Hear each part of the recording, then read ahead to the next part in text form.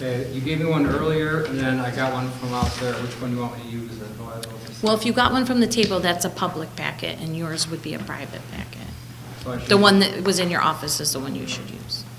Do you have that What's one? the difference between the public packet and the private one? Just the very last page, that, making a motion to go into executive session, that I don't put that in the public packet. Okay. And there's some things that aren't ready sometimes, that are just for you guys. Right, that are just like, you should Right. look at this for future. Yes, I just want people out there to feel like they're getting to see what we're seeing. yeah. For all Not much, it's one page this month. Okay, it is now 6:31. The lights stopped flashing. I'd like to call this meeting to order. Will you please rise if possible and join me in the Pledge of Allegiance? Pledge allegiance to the flag of the United States of America and to the republic for which it stands, one nation, under God, indivisible, with liberty and justice for all.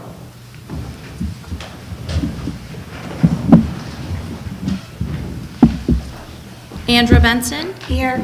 Ruth Groff. Here. Bronwyn Losi. Here. Joseph Wetmore. Here. Edward Levine. Here. Okay. Item 4 in our packet, privilege of the floor. Has anybody signed up for privilege of the floor? Does anybody want to exercise privilege of the floor? They're here. If not, we'll move on. Okay. Number 5. Ithaca welcomes refugees presentation. I'll apologize for slaughtering these names in advance. Casey Verderosa and Christine Lamanda. You did great. Perfect. Not bad for a Frenchman. Okay. I have a Welcome. little one-page handout. Would it be Please, appropriate? please, for me please. to- Yep. Okay. Absolutely. May I approach the bench?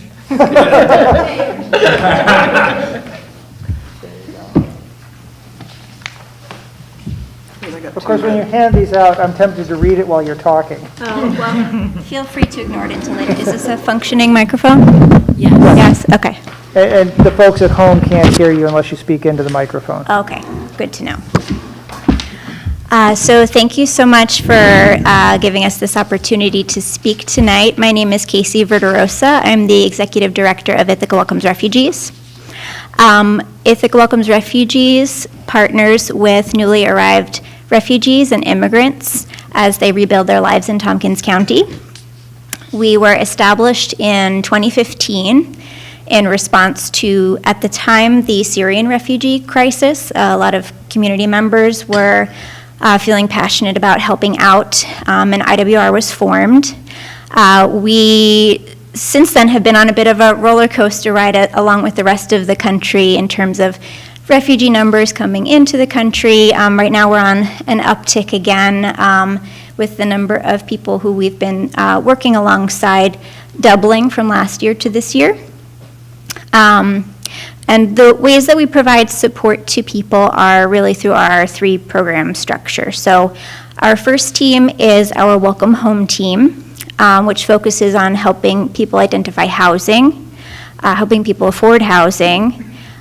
We also conduct really, really successful furniture donation drives and drives for household items to stock a family's apartment that they're moving into for the first time. That team also helps with ongoing donation needs. Some families had newborn babies after they arrived, and then they would need diapers. Lots of people come from areas of the world that are much warmer, and they need winter clothing and clothing in general, because most of the people we support arrive with little more than the clothes on their backs. Our next team is the Response Projects team, which is basically the meat and potatoes, really, of what IWR does. We assign a volunteer team to each family or individual that is arriving, and they assess, along with the family, their short-term and long-term needs and work with them to achieve them over the course of, at a minimum, 3 months, but often a year, year and a half, 2 years, until people are really well settled and on their feet and in a good place. So that can be things like finding doctors, finding interpreters, accompanying people to medical appointments to make sure that they are understood, and advocated for. Also helping people to, we refer people to some of our community partner organizations to get enrolled in public benefits if they're eligible, to find immigration attorneys to help them pursue a more permanent legal status in the country, and find employment, enroll children in school, basically everything you would need to start your life over again, this volunteer team will help them with. And then the last team you might already be familiar with is our Global Roots Play School. Bronwyn is the director of that play school, which was founded initially to assist immigrant and refugee parents of preschool-age children to be able to attend ESL classes, because we were finding that they weren't able to, because their children weren't in public school and childcare was too expensive. So we have an extremely sliding scale tuition model, and we are also coordinated our hours with a local ESL school, so that parents can just walk a couple of blocks over and attend ESL classes while their children are nurtured in a very high quality childcare program. So that's what we do, and over the last 2 years, since we've had a real uptick in the number of newcomers arriving to this community, we've seen people mostly from Afghanistan and Ukraine, with a handful of other countries. There are some new programs that have also started in that time. So in the beginning, we were seeing a lot of people coming. We sort of, and I think the general public thinks of refugees as refugees, but there are so many different legal definitions of the ways that people come into the country. So we've been supporting people who come in as the legal definition of a refugee. They've been through the UN High Commission on Refugees. We also support a lot of people who are here on humanitarian parole. That's most of the people from Afghanistan and Ukraine. And then there are some other programs also for humanitarian parole from specific countries that have started recently. One for those from Honduras. I always remember 3 and leave off the 4th. Honduras, Haiti, Venezuela, and Nicaragua, thank you. So we're working with people from a variety of countries who are here on all different legal statuses. We have historically supported one asylum-seeking family that came to the country with that status, who are also considered refugees. They just pursue that status when they arrive in the country. And I'm going to pass things over to my one of our board members, Christine Lamonda, to talk a little bit more about that. Thank you, Casey, and thank you for the opportunity to share this evening. My name is Christine Lamonda, and since last August, it's been a real pleasure to serve on the board of Ithaca Welcomes Refugees. In my professional career, I work for global humanitarian organizations responding to refugee crises around the world, and it's really an honor to be able to do some of that work locally to those most vulnerable seeking safety within our county. So I'll call this kind of the 101, just to not overwhelm, but offer a few of those different definitions, as Casey was sharing, about legal pathways that individuals or families that are seeking safety and protection in our country are eligible for. So a refugee is legally defined as somebody who is unable or unwilling to return to their home country based off of persecution or a well-founded fear of persecution in 5 areas. That's race, religion, nationality, political opinion, or membership in a particular social group, such as having an LGBTI identity. The only difference between a refugee and an asylum seeker is the point where they make their claim for that persecution. A refugee makes that claim for persecution before they enter the United States, and they are interviewed and vetted and may be granted the legal refugee status before they enter the United States. Whereas an asylum seeker has already entered the United States when they present that same claim of persecution. That can take place at a port of entry or anywhere within the United States and is one's legal right to do so within the U.S. And Casey mentioned, but I just wanted to offer again the mention of humanitarian parole, which is another legal pathway for those seeking safety. And particularly in the last couple of years, as Casey shared, IWR has responded to individuals fleeing Afghanistan under Operation Allies Welcome, as well as individuals fleeing the war in Ukraine under the United for Ukraine program, which is granting temporary humanitarian parole to those seeking safety in the U.S. So again, thank you. I hope that wasn't too much jargon and appreciate the opportunity. Okay, thank And if you you. have any questions, please let us know. Yes, I'll open up to the board if they have questions for you. Anyone have any questions for them? Sure. What's Lansing's role in your organization's work so far, and where could you see Lansing move more greatly in working with your organization, or at least your goals?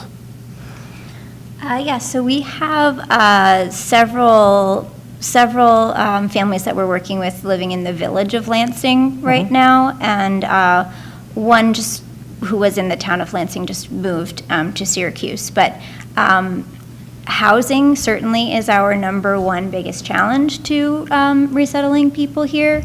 And while we had our inaugural housing budget this year, it started very small, what we could sort of do at first.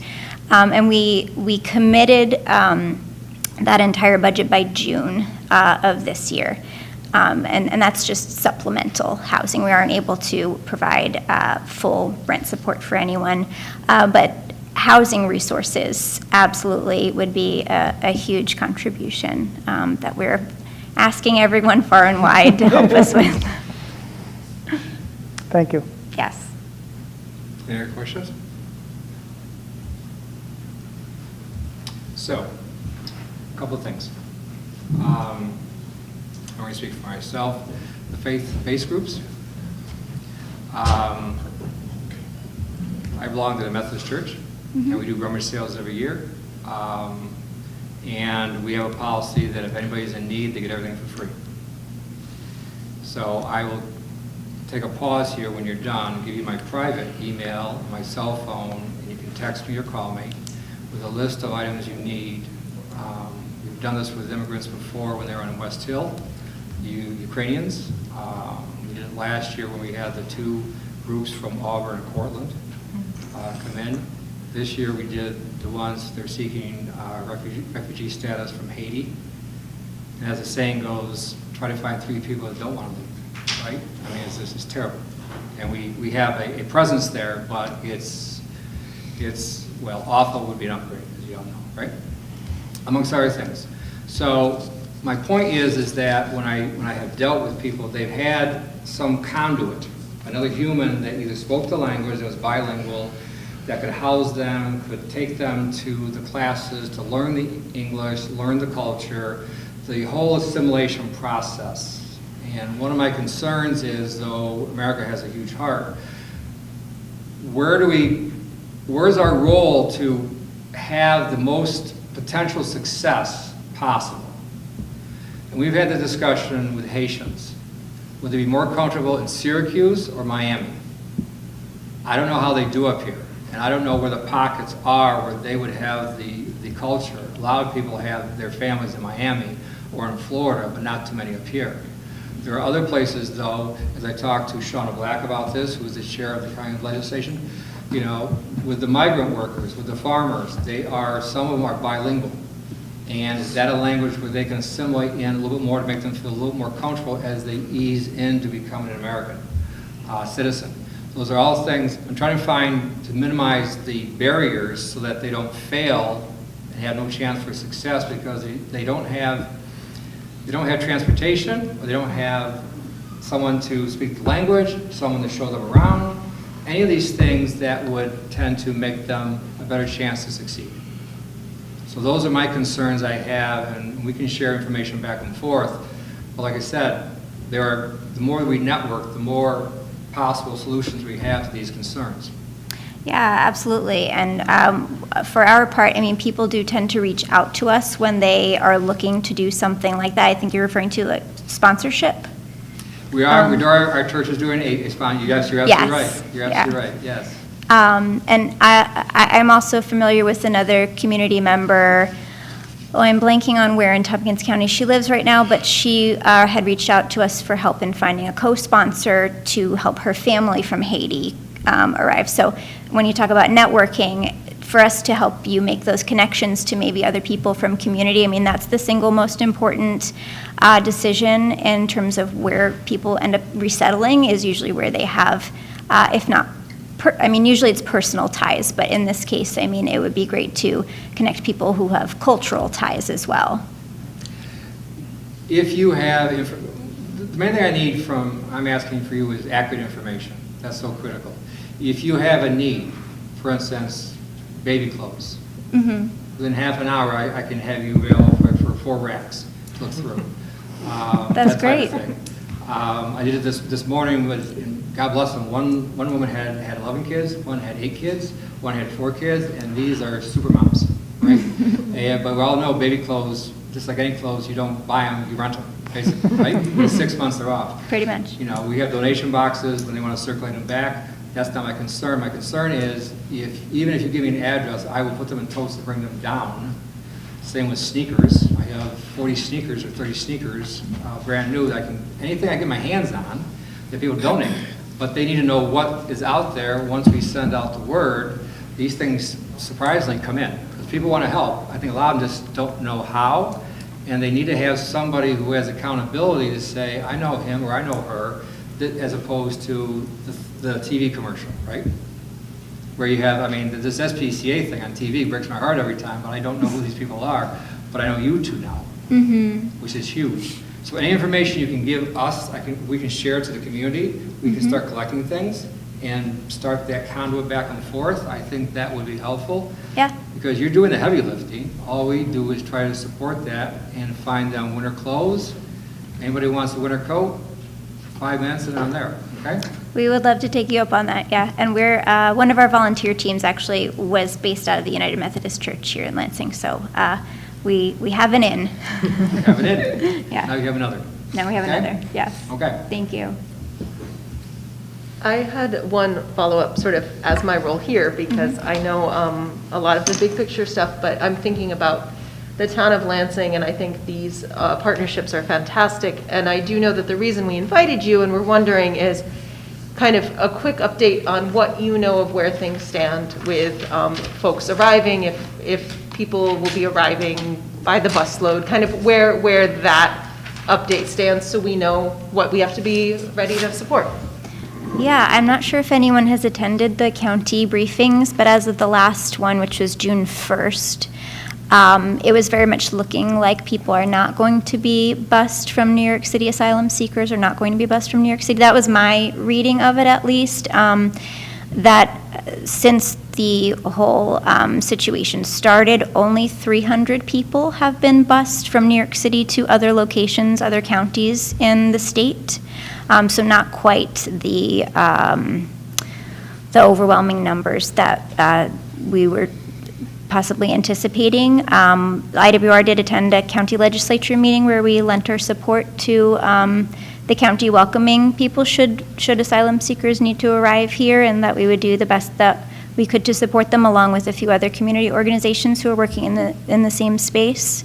But yes, they had said at the time that there would be another briefing in 2 to 3 weeks, and I think that's passed now. So I don't believe anyone is arriving at the moment, by the busload, at least. We do have a family. We've been given 1 week's notice is going to be arriving that we're scrambling to work with right now, but no busloads at the moment. Thanks, Casey. Mm-hmm.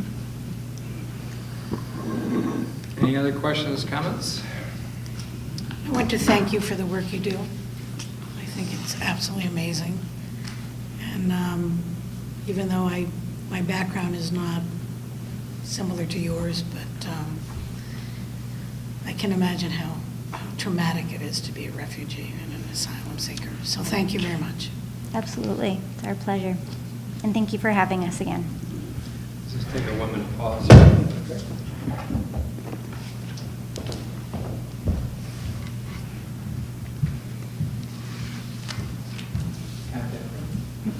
Thank you so much. I pray you two don't get burned out. Okay, or don't get depressed. Yeah. It's a heavy load you both carry. Thank you so much. Thank you. Thanks for the support. Yes. I also want to thank you. Doing a fantastic job, doing a difficult job, and thank you. Thank you.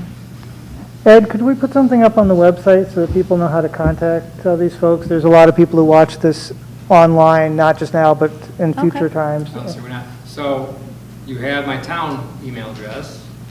You can send all that information, pertinent information you want, and we'll ship it over to the website we put up there, okay? Great. Thank If you you so want to much. do presentations in the future, feel free to contact us. I'm sure we can arrange something here at the community center or here at the town hall. Like I said, unfortunately, when there's not accurate information, the void is filled with fear and exaggerations, and anyways, it goes downhill in a hurry. So as much accurate information that you can give us as possible would be fine. And we'll try to get out that as fast as we can. Okay? Thank you again.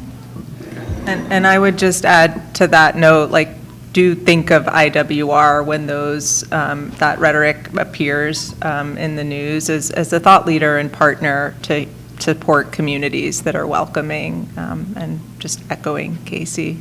Thank you again for the opportunity. Welcome. Thank you. Thank you. Okay. Item 6 in our packet is the Board of Ethics presentation by Matt Monte, Vice Chair.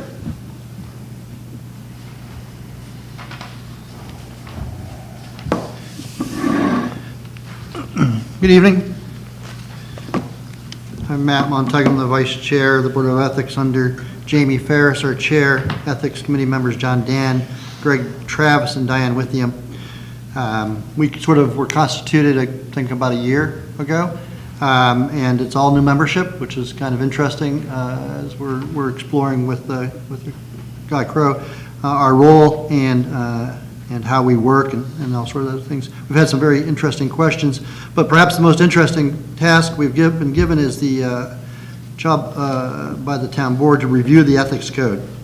And we started, and I have a really marked up version of the ethics code here somewhere with, several comments per page. And not just I, but the other, not just me, but the other committee members all came up with just numerous clarifications, inconsistencies, and issues with the code as it stands now. And so we submitted the letter to Ed from Jamie, sort of explaining it. We found it overly complicated, and as we moved forward, we found we were rewriting whole paragraphs, big chunks of it. And so what we come here today to ask you for a little guidance, we feel that a thorough rewriting of the code might be the best path forward. We haven't been tasked with that. We've been asked to review and comment, but I think our comment is it needs to be fixed. There's a model code of ethics for local governments we have been using as a reference. That's pretty good. The town of Ithaca has a good one. We've been looking at that as well as some other local towns. The village of Lansing, I'll note, has a 2-page ethics code. And I think that takes you a long way. As we take on the cases that have come before us, I call them questions, is really the best term. A lot of times it's just people don't understand the code. It's difficult to understand and figure out. We think it should be consistent. We think it should be concise. We think it should be easily understood and followed. For instance, one of our questions came down to the idea that you cannot be your own boss, which is really easy to understand. You can't report to yourself. But in the code, it's very complicated. It's not put easily. It's not easily understood. So I think we're up for the task. I think we have lots of expertise on the committee, fairly intelligent local citizens who feel like we could take bits and pieces from these different things, put it together, and make something that's better and new, something that you, myself, the town employees can all follow and abide by. And we just want your guidance. I'll take, any questions or comments. So, Bring them back to the committee. anybody have a question from the board first before I jump in? Well, I'd just like to give you a little bit of history. This was rewritten about 4 years ago, 3 years ago, something like that. And it was based largely on the county's ethics code. So you'll recognize a lot of the language that got brought over from the county's law. I thought that might be helpful in knowing where a lot of this came from. That is, thank you. And the one point you put in your letter, where you suggest that we change chairperson to member, Right. which would make every member of every little committee have to fill out an ethics Exactly, form yeah. versus just the chair. And we discussed that point, and it's kind of balancing of how easy is it to fill these committees, and who really would an ethical problem develop, and we thought maybe the chair more than the individual members, and that was kind of the balance we were trying to find, is where the ethical problems are most likely to develop, and are we going to make getting on one of these boards so onerous that people won't do it? Yeah. We just reviewed all the disclosure forms in our last meeting, all the ones we had at hand. It doesn't take very long for us to review them. I don't think it's an overly complex form. And the committee felt that everyone should do it. Okay. Yeah. But obviously, that's just our opinion, and you make the law. I have a quick question. Is the suggestion that we make that amendment to the current law before the overhaul happens, like that happens? Yeah, those are two separate issues. Got it. So that happens soon, and then also say, yes, please. That's just, fix- yeah, got that's it. just the first step in Got it. a big rewrite.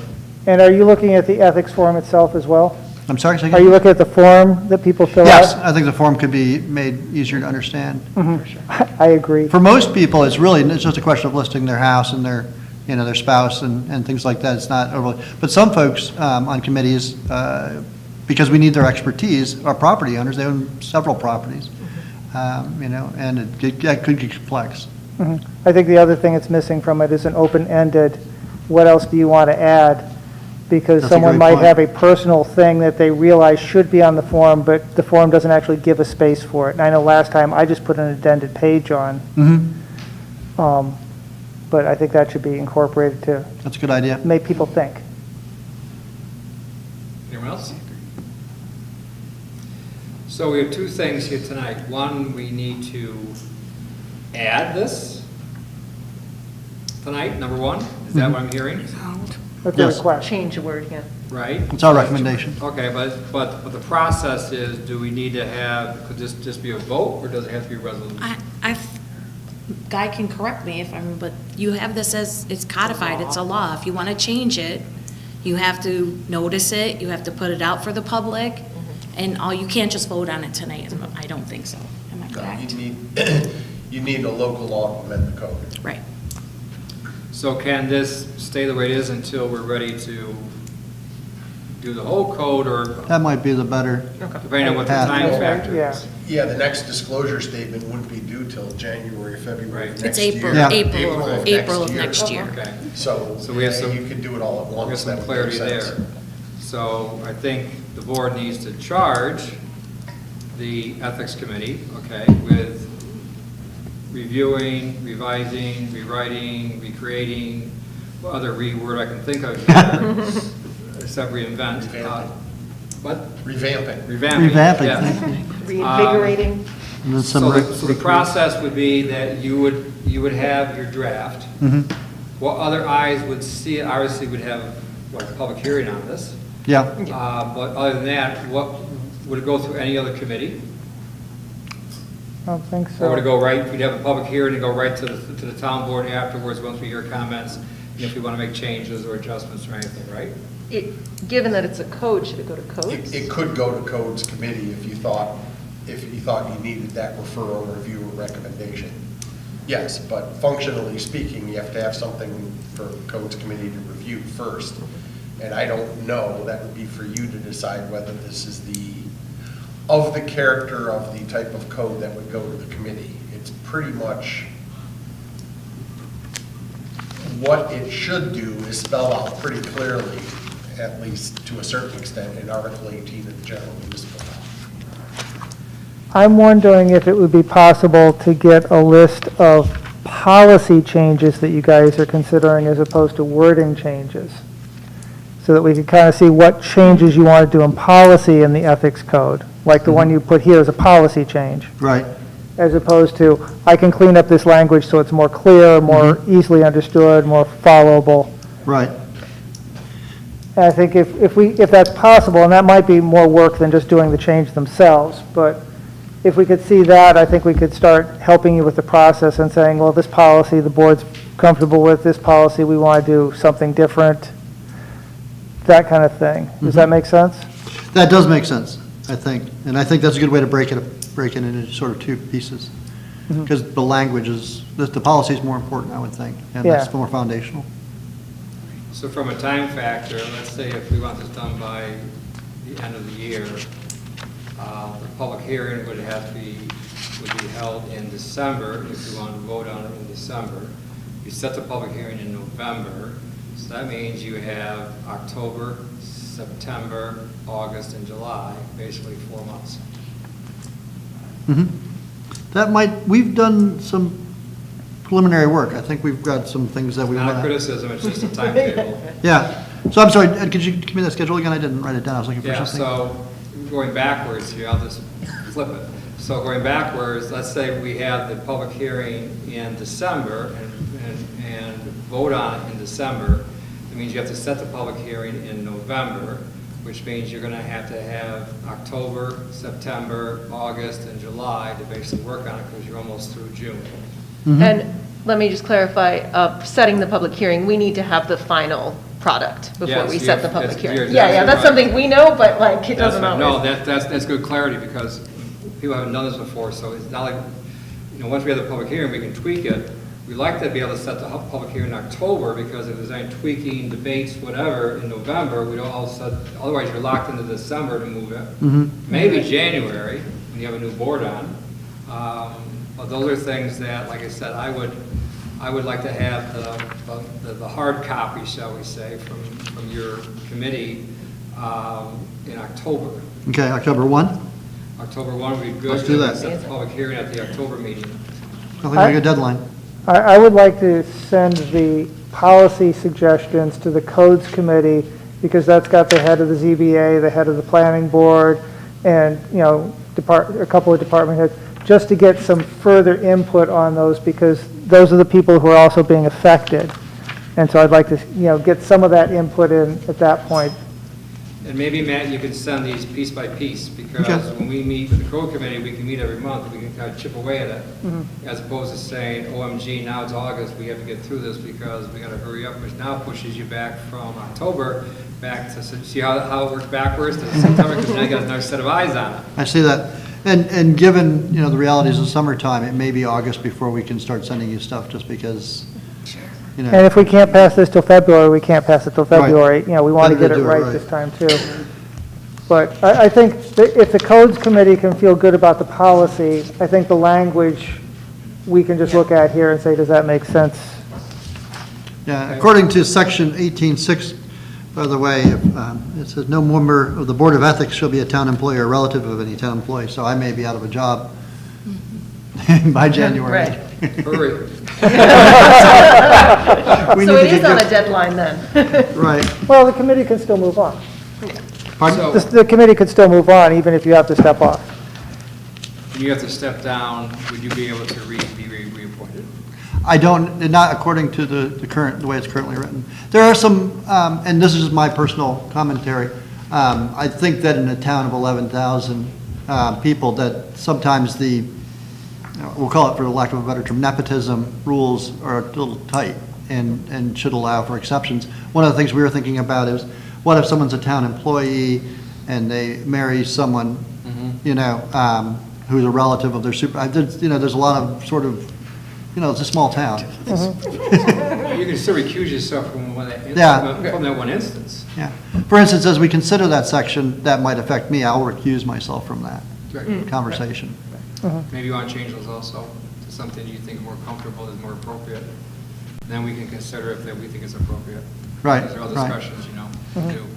So I think the business we have now is we have to charge the ethics committee with Right. going forth with this, Yeah. right? Officially. I think we have, or do we need a I resolution? don't know. I don't think we have a resolution. We just don't. need we do just a motion or a vote, or just. No. No, We agree. they're a part of the town. It's like, They're working group. right, you could just tell them, proceed as we have discussed, and formal action would await whatever comes next. So we have no further discussion. We're all. So I'll walk away with this. You've asked us to review, revise, recreate, revamp the ethics, code of ethics, and then assemble policy changes. We go, assemble policy changes, and then send them to you as we have them, so you can consider them ahead of time.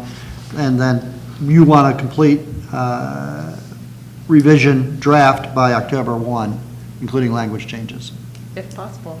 And we'll do our You can best. and you can send us in your final draft before then, Mhm. so the code revision committee can look at it before October 1, because then we got one Better. meeting. Better if before. And you're doing the ethics disclosure form and the law? Yes. Okay.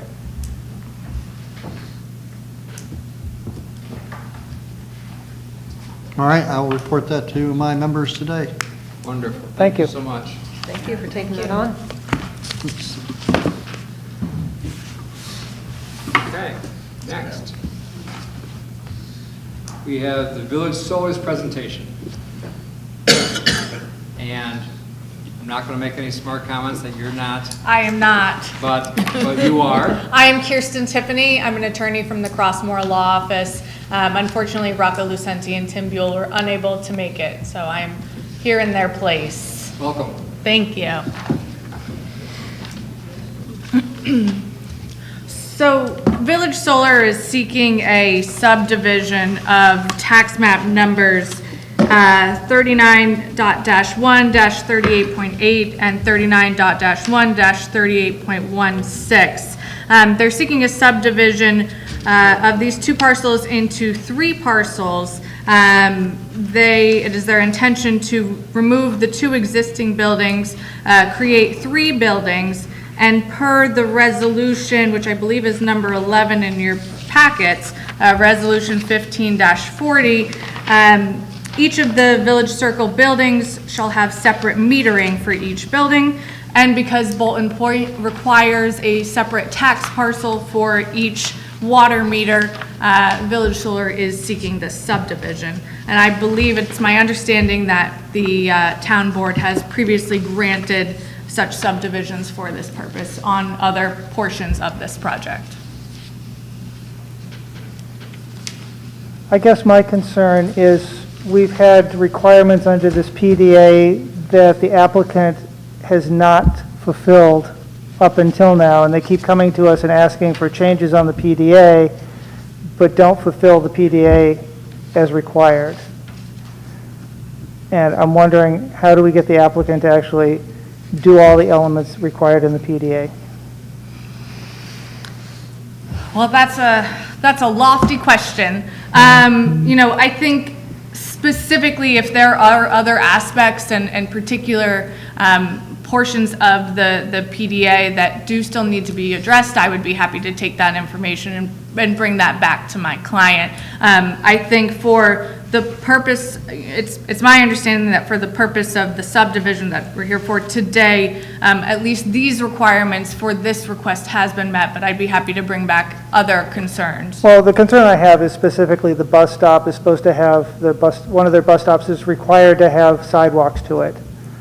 And why don't I give you my card, and I can email you all the detailed discussion that's happened over that, so you can see, where it's in the required PDA, where the discussion came from and all that. Would that work? Absolutely, yes. Okay. Joe, would you just include all the board on that? on your contributions? Yes. So if you send me an email, I will forward all that to you. Absolutely, I'll send you one tomorrow morning. Just send it to all of us. Okay. Well, she can just send it to me and then I'll send a response to everybody. Okay, that'd be fine.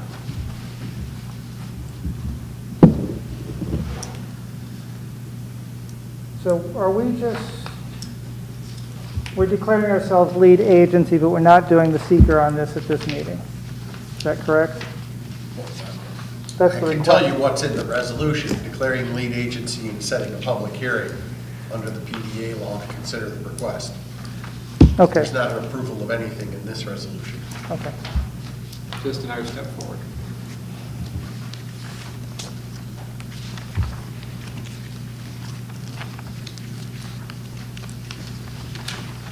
So, if that's the case, we move forward with the resolution.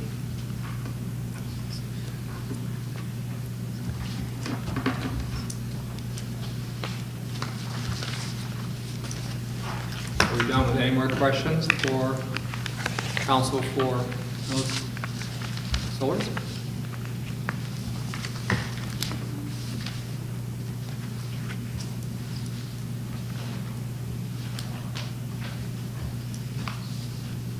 Okay. Would someone like to make the motion to resolution declaring intent to establish lead agency pursuant to the State Environmental Quality Review 6, New York CCR, Section 617, for the Village Solar Major Subdivision and scheduling public hearing? I'll move. Is there a second? Second it. Any further discussion? Andra Benson, Yes. Ruth Groff, Yes. Bronwyn Losi, Yes. Joseph Wetmore, Yes, Edward Levine. Yes, so the public hearing will be held on the 19th of July at 6:32 PM. Thank you very much. You're welcome. Have a safe drive home. See, I did. Bye-bye. Go twice today. Okay, moving along. We have, I believe it's Jack and Jesse Young, and this is Sewer District Number 1 presentation. Gentlemen, nice to see you. Thanks very much. There aren't any documents that go with this presentation, if you're looking for something. Pardon me? Just saying there's no documents, so there's We're nothing not in your missing packet. it, right? Right. Thank you. as we shuffle the papers. Yes, I'm trying to be very quiet and shuffle papers here as we go along. Okay. Well, I've got a map to give everybody, but I'm going to delay giving it to you till I've gotten to a certain spot in the notes I put together so that everybody's not looking at the map and ignoring my Well, it sounds like, My sounds like comments. words of experience. Okay. Well, but it's not going to be that long. Although I have to admit, I was shocked when I looked in my emails yesterday and I discovered that my first involvement with this project was over 14 years ago, when Tim Buell contacted me about providing a possible sewer easement to the Weinstein family for their proposed multifamily development along North Triphammer Road. Tim was working for them at that time. Now he's doing some work for us on this project. I knew the history of prior attempts to bring sewer service to the town, and they hadn't gone particularly well up to that point, but I was still cautiously optimistic that with private money and given the environmental benefits of sewer service, this time around things might be different. And of course, here it is 14 years later, and we're still working, but we are a lot closer.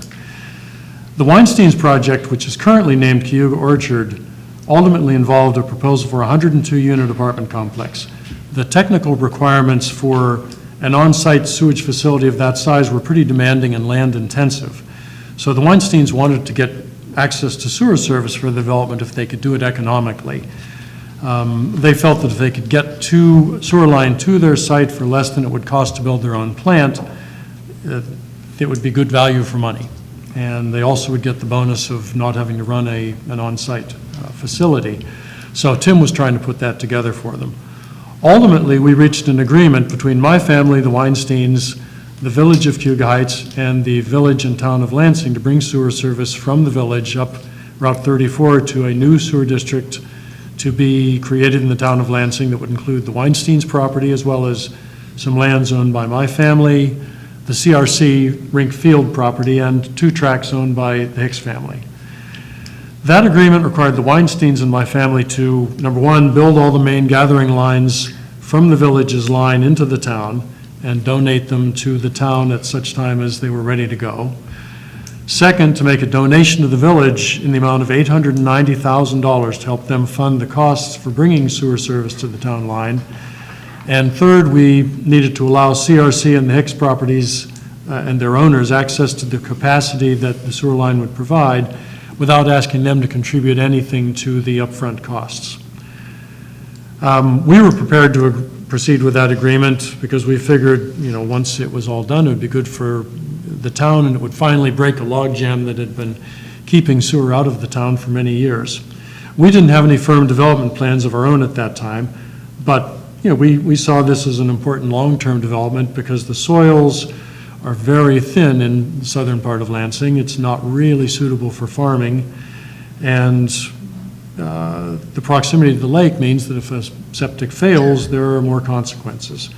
And we were happy to let the Weinsteins drive the process forward because they had the permitted project and were getting the largest share of the dedicated sewer capacity anyway.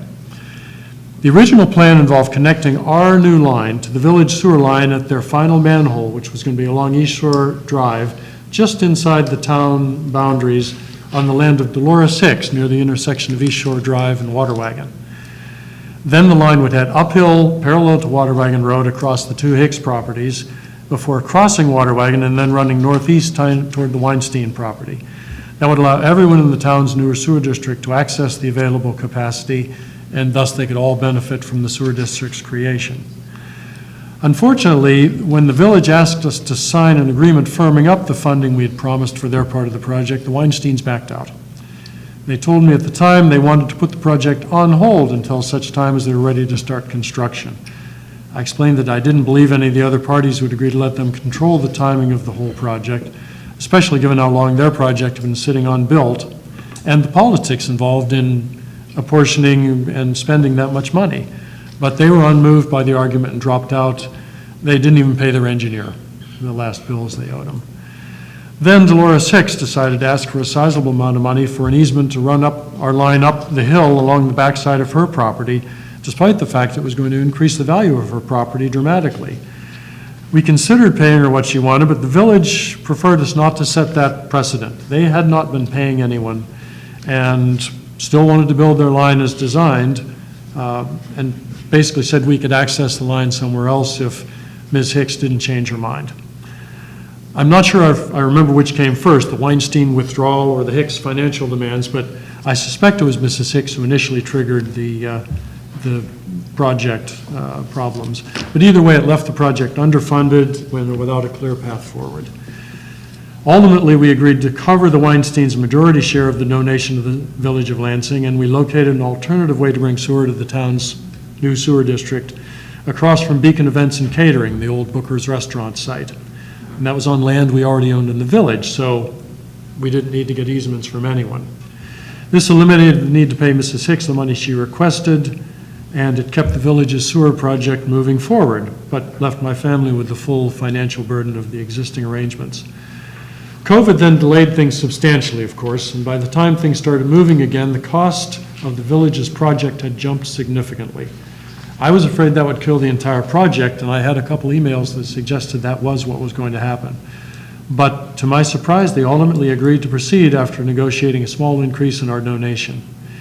In addition, we agreed to provide the land their contractor needed for a staging area along Route 34, again across from Booker's, and places to dispose of mulch and some of the stone that was removed during the excavation project.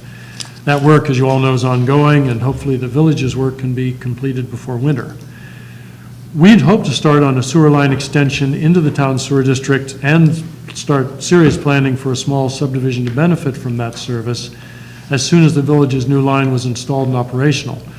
But as I understand it, with the village having backed off the Dolores Hicks property and her continuing unwillingness to allow a new line to cross the property, we need to have the sewer district reconfigured and reauthorized, which is going to delay the plans we've been working towards, although I don't think we can delay our donation to the village. I mean, they need the money for this year's budget, so we're going to be in a position where we will be making that donation shortly without any certainty that we'll even be able to tie into the village's sewer line. I've got a map that shows the 3 town properties we'd like to have in a replacement sewer district. This would give the new sewer district direct access to North Trephammer Road and Water Wagon Road into town, as well as to East Shore Drive via our adjacent land in the village of Lansing. So all the land in the revised sewer district is something that my family now owns. We don't need any easements required to get to any of those 3 significant roads. There are no unbenefited properties involved, and there are no easements required from anyone. So this is phase 1, and hopefully it's something we can actually accomplish this time. You'll see there's a green tract along North Triphammer, which is R1 zone. That's marked for no development whatsoever. The rest of the property is all R2. And mentioning one thing about the R1 district property, that has had fill added 3 times. And so I don't really know what would be suitable to build there. We'd have to do some engineering to know what would actually work on top of that fill. So we've just left that out of the picture entirely. The ultimate plan would be to subdivide these 3 properties into individual lots along a system of small roads that would ultimately be connected to the 3 nearby public roads that I just mentioned. Those lots would be offered for sale to prospective buyers. The specific development plans for each of these lots wouldn't be determined by us, but by the individual buyers themselves. Each of them would have the freedom to decide what to build on their respective properties as long as it aligns with the zoning rules, building codes, and other relevant local laws and regulations. While we might try to build something minor up there ourselves at some point, we're subdividers and land developers, not property developers in the traditional we build houses, we build, townhouses, apartments, whatever. We don't plan to do any of that. This is a large property, and to be honest, we don't know what the market will bear for lots in this location. We don't know what the optimal market is. It's certainly of limited size, because you can't just dump 100 housing units on a small community and expect things to work. So the project would need to proceed slowly and in stages. We understand this provides challenges for projecting the precise impact of a project, because we can't sit down and say we're going to have this here, this here, this here, and give you a master plan for 140 acres or whatever. But I'm sure there are certain things we do know. One is that there's certainly going to be a market for affordable single-family homes like those in the adjacent Ryan's Way subdivision. Whether the market will support larger, fancier estate-type homes like you might see in Lake Watch or East Lake, or whether duplexes or high-end townhouses with a view of the lake would be a better use for the property and would fit the market, is something that only time will tell. We would love to know, and hopefully our first phase of the project will yield some of those answers. So we've set up some lots that next to the Ryan's Way subdivision that would clearly be single-family. They're sized to be single-family. We would even put deed restrictions in those that they had to stay as single-family, since they're right up against a single-family neighborhood. But the rest of it, some of the lots, will be bigger. They may attract larger homes. They might be good for a duplex, whatever's allowable in R2. And some of the lots would be big enough for a couple townhouses or for a more of an estate-sized property. We're committed to making the process open and transparent, to having communication with the town board and the planning board throughout, working with future buyers to make sure they understand and would comply with all the local regulations whenever they would develop their properties. We're open to working with the boards to create guidelines or recommendations if that's necessary. But it is hard to predict. I look back to the Nova Lane subdivision we did perhaps 5 years ago, where we built the Smuggler's Path extension that connected East Lake and Lake Watch for the first time. We had 5 lots along that connector road. And here it is, many years later, there's not a single house that's been built on any of them, even though they all sold for very high prices. One person bought it for ultimate resale, one bought it to add on to an adjacent lot they owned in one of the nearby subdivisions. The other three, COVID and the cost of building perhaps impacted. But even if we sold every single lot in this first phase, we really don't know what a homeowner is going to do, or how they're going to want to set things up, or where they'll want to put a home, or how big it will be. It's unfortunate, but if we were Cardamones or someone else who does a subdivision and builds every house, and we had a master plan, we could certainly tell you more. But all I can say now is that obviously anybody who would buy one of these lots would have to comply with exactly what your zoning is, and that having sewer would be an enormous benefit. It would allow the place to look much better, because you wouldn't have to have these giant raised mound septic systems in every yard. It would allow for more open space, more greenery, because you could actually plant things rather than having large parts of each lot where no trees or shrubbery could go. It would be much better for the environment. It would deliver revenue to the town and to everyone else operating the sewer system, and it would mean a cleaner environment for the lake and everybody downhill in future years. So I'm hoping we can redefine the sewer district and get started on the project that's been, in the cards potentially for 14 years or more. But I'm certainly open to any questions or comments or whatever from residents, the members of the board, and now and in the future. I mean, we're excited about getting started. We're a little bit surprised that we find ourselves at a point where we don't have the Weinsteins or anyone else as a partner. We're thrilled that the village went ahead with the project despite the fact that COVID bumped their costs up dramatically. And we're hoping that this is going to be the start of being able to bring sewer to the southern parts of Lansing where it's most needed. And we're hoping to, any questions, please just let me know now or any time in the future. So any questions for the Youngs? Yeah, assuming nobody makes any further approvals right now on things like changing the sewer district, who's going to be serviced by that line that's being built right now? There's no way to get it to the town. So it would just be village residents being served by it. So just the folks along East Shore Drive there would be Yes. serviced by it? The village, I only found this out about a month ago, but they had originally had a manhole on Dolores Hicks' property in the town. So technically, she would have had access to the sewer line if she was allowed in without a district being formed, which, and of course, if the existing district remained, she would still potentially be able to get in. But she didn't give them an easement either. She didn't give us the easement we needed to run up the hill, and she didn't give them an easement. So even though they had told me they weren't changing the plans, they've backed off by about 20 feet, so their final manhole is still in the village on the neighboring property.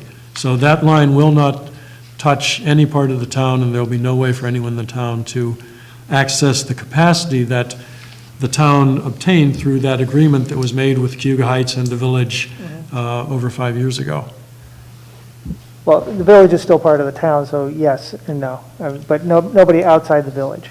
Yes. How do sewer districts work crossing village lines? Can we have a sewer district that's in the town and the village, or does it have to be in the village and a separate one in the town? A district will, excuse me, only exist in the town. Villages don't need to create districts. It's within the function statutorily and constitutionally for villages to provide water and sewer to their citizens. It is not a core function of the town to provide water and sewer to its citizens. I can't explain the 18th century thinking, but welcome to New York. So what happens at that border? The border is like a different district? Yeah, oh yeah, no, the village wouldn't be in a town district. You could have multiple entities, like an intermunicipal agreement, county districts, like a lot of counties have sewer trunk lines and water lines, where it's a county district and the municipalities pay for a share of the capacity and join in. Our county is one of the few that has no such infrastructure. Regardless, our district would not extend into the village. We created a water or a sewer district. That's correct. It exists. It exists, I understand, with Yes. nothing, with no infrastructure, nothing built, and no taxes at the moment? That's correct.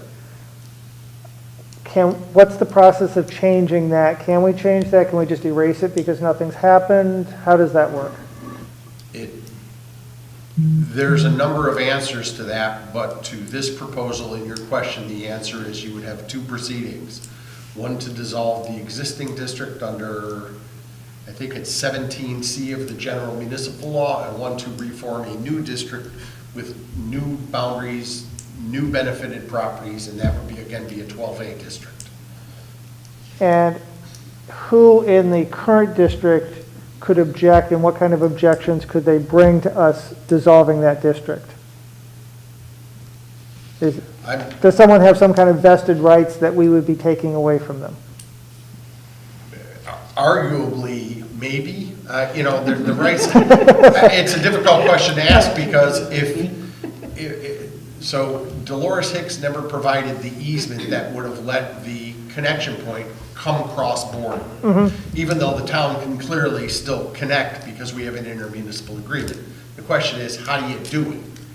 And if you have to do it at a different location where you have properties that are in the existing district that can't be benefited by that new location, then you have a core problem.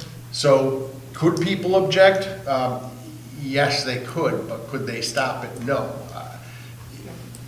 The question would be who would be in the new district. As the applicant or developer is proposing it, there would only be 3 properties, all largely owned by the same family, but two different landowners, right?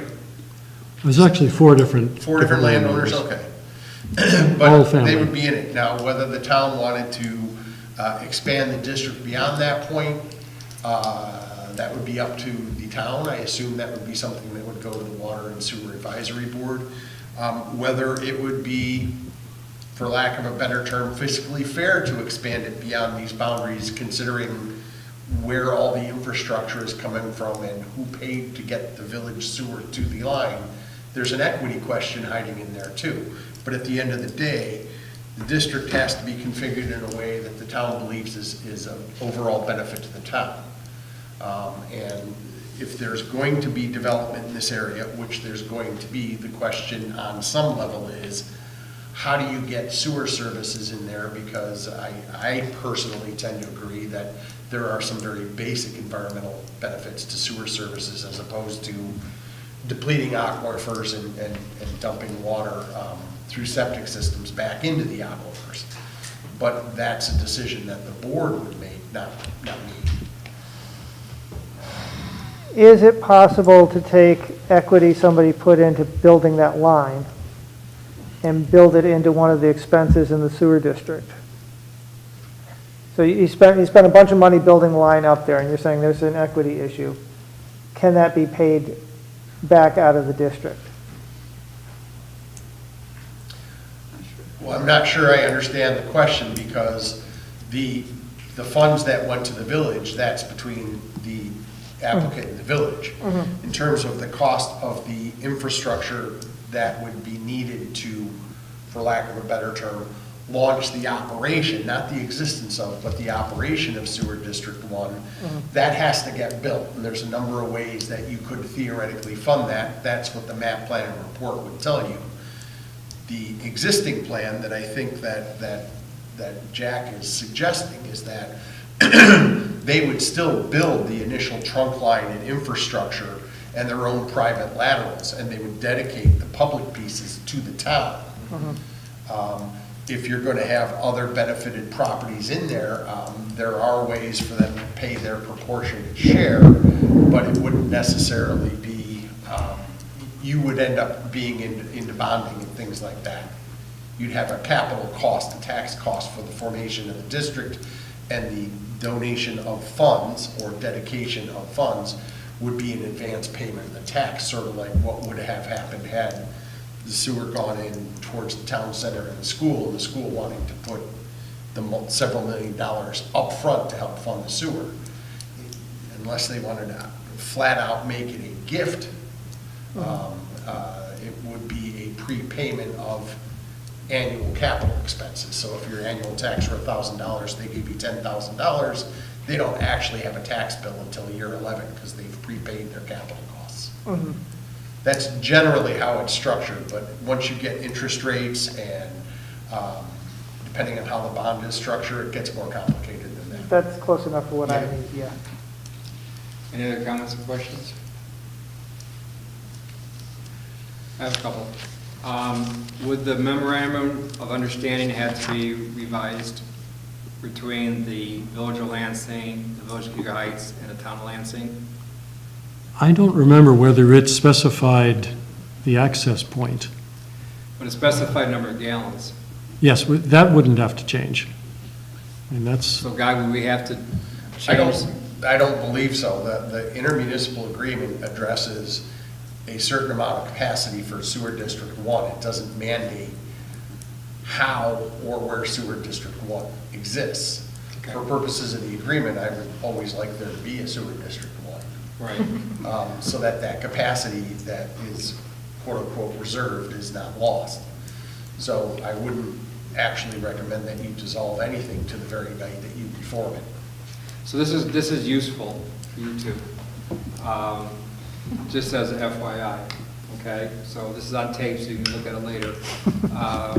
Is that reference points here, because the three of us will be out doing, who knows what we'll do. But anyways, this was based on gallons. This is the first time it's been based on gallons as opposed to EDUs, which is huge, because that means we're pivoting away from that into meters, okay? And that means, I believe, that the EDUs, equivalent dwelling units, they usually have around 200 gallons. I believe that's a very conservative number. That means that, let's say hypothetically, it's 100. You've just found all these other sewer units now, right? So this is where the meters come in, which they have to be critical, which we've been working on for the last 6 years. I think the memorandum of understanding we did in 2015 when I first came on board. But anyways, that means we're using that flow as opposed to, okay, duplex has 2 EDUs, okay, Luceni has 12 units, has 12 EDUs, whatever, right, okay? So it's going to be much more accurate as far as this goes, and much more capacity. The other thing to keep in mind is that when you go from the town outside the village, through the Village of Lansing, the sewer district pays a transmission fee for the operation and maintenance of that, because they're using that transmission, just like you do with water lines, right, okay? So just keep that in mind also. The other thing is that if this is all self-contained in your family, or the 4 people that aren't going to argue about this, because you need 2 people out of the 4 to say no, just like the sewer district up there by the garage, right? The Tompkins County DOT, right? You all you had was, you have two of the 4 people say no, they could negotiate, but that fell on deaf ears. So be it. So anyways, this also seems to circumvent those problems. That means that the rink is out. If this goes through, that also means Hicks is out, his mother's out, and is there anybody else? Weinstein's. Weinstein's are out, okay. So you're going to foot the bill for this with the proposal of that you'll have a great harvest down the road. And we understand risks because we've seen it before with other developments that didn't happen, or others have changed, whatever. So having said that, how do we get the yes on this, or how do we get the no on this, or whatever? So we have to dissolve this district and then create another one, and then have our engineer do the map plan report, because it's going to have to go through our engineer anyway, or how does that work? I think this was discussed at the Water and Sewer Working Group, so I'm just refreshing all the board members here. And what's the timetable for doing that if the board decides to do it? And I'll look to you for a little guidance on here. Well, the town engineer would do the map plan and report, at least that's current policy. I don't know how long it would take them to do that for a revised district, but once that map plan and report is available, and assuming no major complications or hiccups, because you're not going to trigger the comptroller's threshold, you would be looking at, because there's not always 30 days between meetings, 3 to 5 months from map plan and report to final approval, if it gets finally approved. So tonight, if the board is still so far so good, which can change anytime, is there anything we could do tonight if we think this to move the next step? Or what are the next steps at the next board meeting, I guess? I've never dissolved a district or redone a district. Maybe I have. Well, I don't think we have to worry about dissolving it. That's just something we can do at the end as paperwork. Well, there's a process to it, but. But we don't have to plan it. We just have to say the process takes 3 months, start here and do it.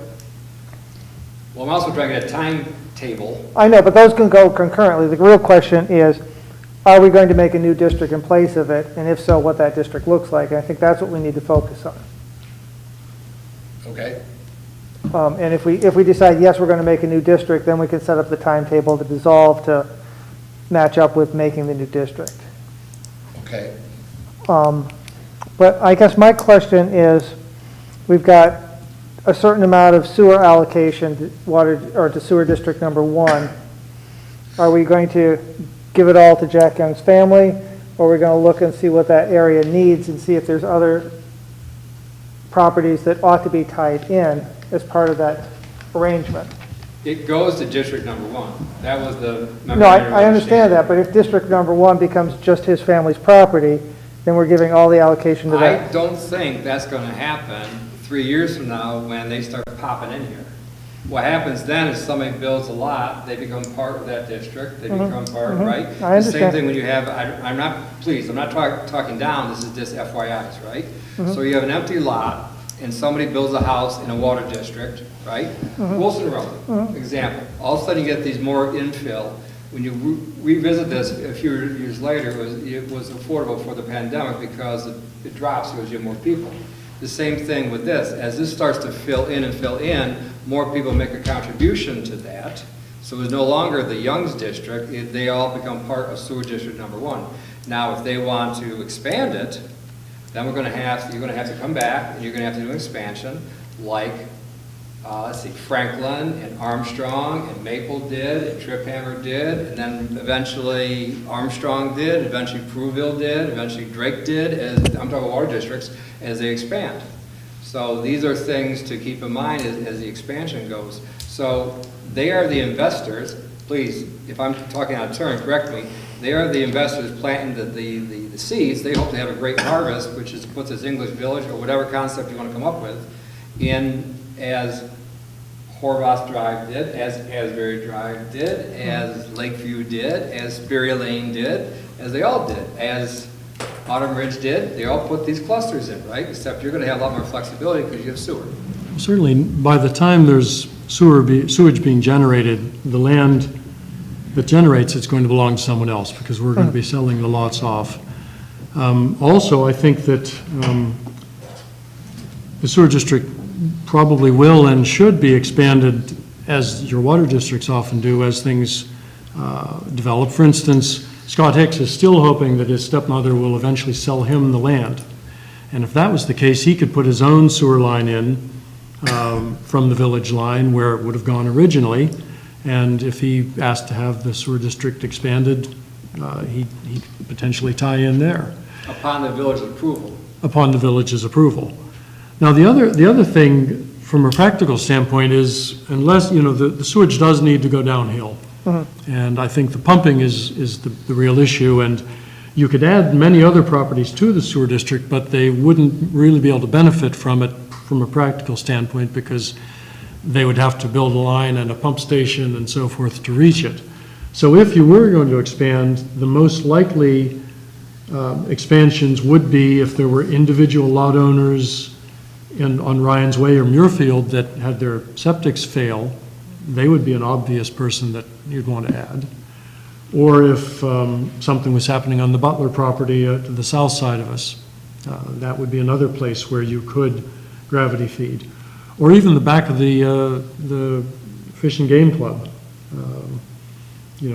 Although I don't see that being developed in the near future, partly because of all the environmental issues already there and the use of the shooting range, but those are would be the only logical additions. And if something like that was necessary, we'd certainly be in favor of it. Well, things have changed since when Carl Butler sold the land for the Shops of Ithaca now, right? Yes. Which formed the village of Lansing, among other things. I will speak on behalf of the highway superintendent. Pumping stations get a little bit prickly around here because they become problematic because these lads are the ones that are going to have to go out and fix them. And we hate pumping stations I mean, I'm not gonna get dirty anymore. We would like to clean avoid it, bathrooms. too. But that, yes, you understand, pumping stations are, if we can avoid them, do gravity feed, God bless you, absolutely. Well, part of that's the problem with the existing district, because with Dolores Hicks property being in it, we would have to run our sewer, the connection would have to go up into our field, then come back down water wagon to get to her. And so she and Scott would have to pump uphill before they could even start to get in there. And for a couple dwelling units, to use the old terminology, that would never make sense. And the other nice thing about the going to the gallons per day rather than the DUs, which I think was a great decision, is it encourages conservation. If a person builds a house which is, efficient in that regard, it doesn't use up as much capacity and it doesn't cost them as much. So, And you don't get billed if you water your lawn or water your garden or wash your car. It's all based on gallons usage. This actually is based on a meter. we want the capacity for water and sewage to go as far as it can, so. So let me make sure I understand your map here. So this is East Shore Drive over here, this is Trip Hammer, this is Water Wagon, and you want the district to be this green line that crosses Water Wagon, that whole district? Well, shouldn't actually cross Water Wagon. The fellow who put this map together wasn't thinking about the district. It would be the area that's in green, where the lots have started, and the next bit of the green all the way up to Water Wagon, but it wouldn't cross Water Wagon. So that other property on the other side of Water Wagon, you're not asking? That's in the current district, but it would not be in the new district. Okay. Because again, I don't think we can access it effectively. Trying to go around the horn there, we'd need pumping to get something from there out. It's an old map too. Yes, and it's an old map, Jesse points out. We sold that sharp corner of it to Scott Hicks so that he'd have a little more room for his business. So we really can't actually benefit the area across Water Wagon, so it probably shouldn't be in the district even if we wanted it to be. So if we're at the so far so good stage, which could change any time, what is the next steps, Guy? I'm asking for a little more guidance here. The next steps, if the board wants to move forward with this. Okay, can I get one more clarification on the map? Absolutely, take as much time as you want. This dotted line, is that a proposed road? Is that a road that gets built if something else happens? And is that the route of the sewer line? Well, let me explain that. First of all, you can only, by the current zoning law, you can only build a cul-de-sac of a certain length. They don't want to have, that was one of the advantages to connecting East Lake and Lake Watch, that East Lake had almost 4,600 feet of cul-de-sac. If a tree fell across the road, no emergency vehicle could get in. So the goal is we can only go so far before we would run afoul of that rule. So there isn't any more road we could build initially. We ultimately will want to have connections made to all three of the main public roads near there. And Tim Buell just sketched in a path down to East Shore Drive initially, but there would also be a spur that would come off and go to Water Wagon at some point.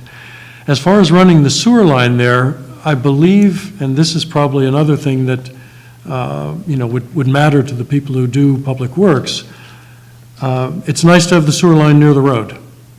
And even though that's a longer route, you don't want to go in the back of people's houses and have problems back there. You don't want to have to be, you want to be able to stay close to the public highway, to the paved road, to the right-of-way for any issues you have there. So our goal would be, even though it's longer, we would primarily follow that road, or whatever road we end up putting in there, depending on soil conditions and topography.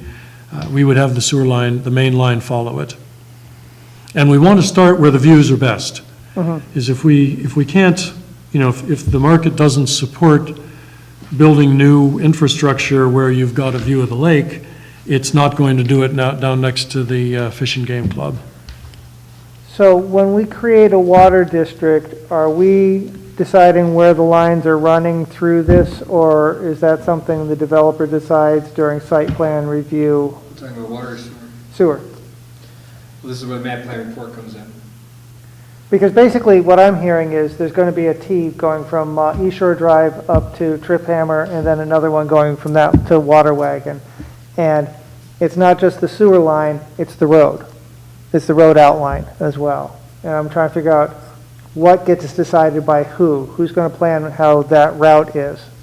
Well, the engineer will do part of the, correct me if I'm wrong, Guy, will do the map plan report to see where the best places to do this, along with input from the highway superintendent, because they gotta go fix them. Mhm. This is one of the reasons why Lansing Station Road didn't go through for water lines, because they couldn't get down there to fix it, God forbid, if there was a break in the water line. It wasn't because we didn't want it, it was because they could not do that. So having said that, there's a bunch of different components where the highway superintendent works with the town's engineer to say, here we go, where's the best place to do this, where are the, pumping station, try to avoid those type of things if possible, do a gravity feed. Now, feel free to fill in the gaps here if I missed some stuff, Mike, but then it comes back to the developer, if they feel okay with this. And keep in mind, all this stuff that's being done, paying for the town engineer, everything else, that comes out of everybody's pocket until that district is formed, and then once they start to have money come in, then they pay back the town. Okay, so we do all this work and we plan this all out and Jack abandons the district. We pay for it? Just like number 3, largest number 3. We did all that work, and because of COVID, the price went so high, it fell on the backs of all the taxpayers. So people up in Lansingville, people up in North Lansing, they paid for all the engineering fees. And that's one of the reasons why we ask when you do water districts, you have at least 75% say yes in case there's a vote. There's a good chance it'll pass. And that was excellent advice by the Water District Advisory Board when they did that, when they first formed, because otherwise it goes on to the taxpayer, all the taxpayers' backs. Same with this. I think we're pretty safe that all 4 of you want this. So You're not going to contest it. Well, are they going to want it after the engineer says you got to do X, Y, and Z that raises the price to the point that it no longer feels feasible? They got 890,000 reasons why they should move forward on this. I understand that, but at a certain point you cut your losses too. That's a lot of loss, but I hear you. Well, one thing I can say is that if, I don't think that, we've had our engineer look at it, and, it's a nice, gently sloping piece of open land for the most part, and he didn't see any major problems. John Anderson also looked at it before he retired, and he said, well, this is the ideal. He says, if it's too flat, it's no good. If it's too steep, it's no good. He said, this is your fat spot in the process where you can, really where you can connect. The other thing that we would do if there was a problem with the location we've started with, we would probably just move down the hill. And it would be a lower cost option if we started down on Route 34 and developed in the village and then crossed right over into the town. We would need less of a sewer line, less, a shorter distance of water line. It would be, a much cheaper option there. But I'm pretty convinced after what we did down with Smuggler's Path that going up where the view is going to generate, better returns, and it can justify a higher cost. But you're right, we could easily just say, let's write off, the cost of the land and the, what, 900,000 we've given the village and walk away. But, certainly the loss to everybody would be substantial, because someday it's hard to believe this all won't be developed, and having sewer available is important. And that's what we're counting on. We don't really want to do anything if we can't have sewer, because we believe sewer is critical to doing a good job. And I guess the question is, what's the village feel about developing that lower parcel which is in the village? That would not take any of the capacity the town has, none of the gallons per day. It's certainly zoned for development down there, and I've talked to the village about it in general terms, and we even laid out a potential plan there, but it's just not as appealing a location. They would love to have us go down there to start, but I think the part of the land we have in the town is much more appealing, and we'd rather start in the town. I understand. I'm looking at that road coming through and seeing this as a total project of, a road going across, a road going this way, and that has to work for this to work. Yes.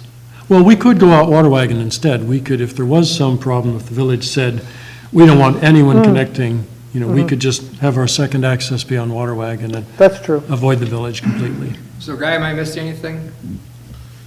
No, you would have, you'd need to have a map plan and report where you'd look at feasibility, where they want to run their laterals would be up to them. Where the main is a critical and actually statutorily mandated part of the map plan and report. A sewer infrastructure has to be sited. You have to know exactly what treatment plant it's going to. You can't build it because they don't always come. You would need that map plan and report. The engineer would make recommendations as to rational configurations. The town board would decide where the boundaries of the proposed district are, and it would go forward from there. The normal process is we would try to figure out what the potential cost of the map plan and report is. There would normally, you would be extending these types of things in connection with the development project, so you'd have a development agreement to cover costs, as well as save some time in formation. Because if you're not putting public money at risk, one of the referendum periods sort of disappears from the process and saves you a month. And normally the town does this through two different avenues.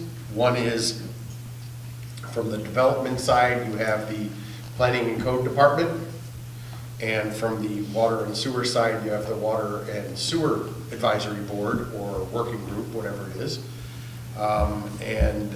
There would presumably be some coordination if there is a development plan, because you'd have to coordinate because of the requirements of seeker. So you could authorize a map plan and report. What you don't have at this point is a full understanding of where the infrastructure would have to be based on what the actual development plan will be. You don't know what the cost is because Dave doesn't know what the cost would be because you don't know where the main is yet. But that could all be figured out, and maybe in a month you could be at the point where you authorize the map plan and report, assuming you want to refer it to the Water Sewer Advisory Board and determine what the code office or planning office would want to see in terms of a development project so they know where to site the infrastructure. Okay, so one of the steps is to charge the water and sewer working group with doing that. Doing that mean to, what, discuss the map plan report? Well, there is no map plan or report. The potential of the map plan report, the development of the map plan report? You the could creation decide of to that? do it on your own, or you could ask them for their opinion on it. Okay, so nothing will be done tonight as far as that goes. I'm thinking to, a lot of times the referendum period, because of the paying taxpayers' money, would the applicant be willing to, if that would expedite things, if the applicant or the developer were willing to pay for the map plan report? Normally, that's how it happens because it's normally done in conjunction with a development project. Okay. Would that mean that we would have to wait until we had a formal project to propose to the planning board before we could work on reconfiguring the sewer district? I don't know that. That's normally how it's done, whether there's enough here for an engineer to be able to know where and how to site a main and what capacity would be needed for the full build out of the district. That would be something an engineer would have to calculate. You have a certain amount of capacity and you could build to that capacity. Maybe there's 33,050 gallons here on a final build out plan. Maybe there isn't. I don't know the engineering. I would tend to rely on whatever T.G. Miller designed as the trunk main that would service the district. I mean, we'd certainly be willing to pay for the cost of getting the report done and have it based on this plan. We've had a number of iterations of this. The main road for the future going down to Route 34 is always roughly where it's shown here. And I think the sewer line follows that road except for a small distance close to Route 34 where, because they left a certain manhole set up for us to connect to, we'd need to leave the road right of way and we'd move over to aim for that, that particular manhole. But, that's just a minor change over there. This, we'd certainly be happy to go with this plan and to pay for the map plan and report. I guess a question I have is, if you plan it for just this group of buildings up here with an intention to expand in the future, are we going to have a main running up here that doesn't have the capacity for the expansion that you're thinking you might want to do? We would want to put a main in that would have capacity for everything that we're allowed to have, and then probably then some. Because the hope is that the sewer district will get more capacity eventually. The agreement that was worked out, as I understand it, we had a verbal assurance from the mayor of Cayuga Heights at the time that as they worked on trying to reduce the I&I losses for their plant, that they hoped they would be able to make more capacity available.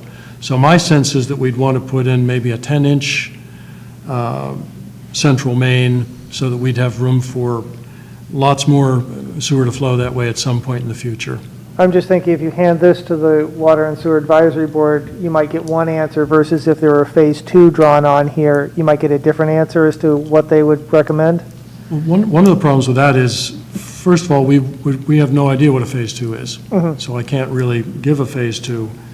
And the second issue is that it's possible that phase 1 could use all the capacity. I understand. So- and I'm not the engineer no, I'm just saying, if you plan it for just this, are you planning for your expansion, and are we approving enough that you could do an expansion or not? I think the only difference between the two is that we put in a larger diameter pipe. If we really knew exactly what people were going to buy up on this first phase and that was going to use all the capacity, we could probably size a smaller pipe and save money. But unless we want to leave the rest of our property without any sewer access, we'd be doing ourselves a lot of harm if we did that. So I'm sure that our engineer could tell the town's engineer what he has envisioned. He actually prepared the site plan and the report for the original sewer district, because at that time the developer prepared them. So he's very familiar with the process, and he'd be able to give them exactly what they needed to flesh out what's on this sketch. So the shorter, another answer for that question is that the town engineer will look at approximately a 20, 30-year build-out and size accordingly, which is, for example, what was done with the Warren Road Sewer District, and those mains still have more capacity than is allocated. So you'd probably do the same thing here. If you need, 2 16D nails, put in 3. If you need a 10-inch pipe, maybe you put in a 12, because the biggest expense is not the diameter of the pipe, it's the excavation to put it in. One of the determining factors will be if you have capacity at the sewer plant. I know. And they may be working, who knows, in 20 years, 30 years, whose crystal ball is brighter than somebody else's, they may do an expansion. Who knows how that's going to happen, or, like I said, we're having those discussions with the city of Ithaca and Cayuga Heights, and how you meld those two together, and blah, blah, blah, blah, blah. But it's all about the expansion, and Lansing, people want to come here. And Very happy they are.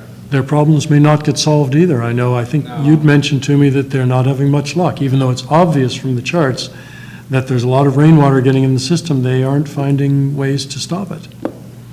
So. Not yet, and, you have to be careful with the DEC. You go over that threshold more than once a month, and it's not will you, it's you will. And it's, what they say, City of Ithaca just spent $600,000 for 1 mile. Look at your sewer pipe. Anyways, let's focus back on this. Is this something that the board wants the Water and Sewer Working Group to look at the next meeting? And I would think so. ask to hopefully talk to Dave Herrick and hopefully maybe get the ball rolling and to at least authorize a map plan report maybe at our next meeting. Is that how the process will go, Guy? That's what I would think. I can go ahead and get this and a summary of some of the key points to Dave so he can sort of get working ahead of the meeting, so we're actually kicking around whatever recommendation or approval would come back. I would look at, you know, getting some input from John as well. Absolutely. On the zoning side of it. Because if you're, this doesn't look, this layout from a zoning perspective, not discussing what the impacts are, what the neighbors might think, but from a zoning perspective, this layout isn't a problem. You're dealing with the smallest lots being 4.4 acres. Right. You're clearly well beyond the minimum lot size of R2. Right. But nonetheless, you're still talking about this being a potential development plan that will influence where the trunk main gets sited and how it's oriented and how the gravity will flow, so. Well, and the fact that you're going to pay for this will that minimize those 30 days of the referendum period, correct? Should we have our engineer also talk to David Herrick and get him the details and backup for this? I would think yes, but I don't spend the town's money on Dave, these guys do. You're absolutely right. So yeah, that's something that we're going to have to discuss if we're going to move forward on this. So once again, chicken and the egg. Does this go to Water Sewer Working Group first, or do we say go ahead and start the clock running and pay for T.G. Miller to start talking to? I would like to get the water and sewer to go over it with that group's expertise first, to just That's fine. hear what they have to say. Maybe if you could forward a digital copy, which would be easier to read because you could blow it up, that would make it easier for that group to work with. I know my eyes have real trouble working off of this page. Just real quick, Jack, it says planned development area. Are you planning on using a PDA process for this land? Or is that just a? I think that's just the words came out. It's the Okay. area we are planning to develop. It's, You might want to switch that around just Right, to, that has a very special yes. targeted meaning. And the green piece on here, I think you had said that was R1 and there's no development plan for Yes. it. Is it going to need sewer capacity allocation, or is that going to become like an open space, a dedicated park? I don't think it'll need anything initially, but since Okay. the road went through it, we assumed it was part of the subdivision. Okay, all right. No, I mean, just because if Dave's got to look at counting potential allocation based on a theoretical maximum. Yes, there'd be allowance. nothing up there. That's going to stay Okay. vacant. Okay, that helps. Thanks. So this isn't a PDA, this is an APTD, right? Yes. Area plan to develop? Are you going to miss those acronyms? I am. Not. Well, I asked about the PDA because I knew that they weren't Oh. looking to pursue a PDA, and then I saw the words and I was like, let's make sure we're on the same page. Okay, board, are we okay for it now? So far, so good?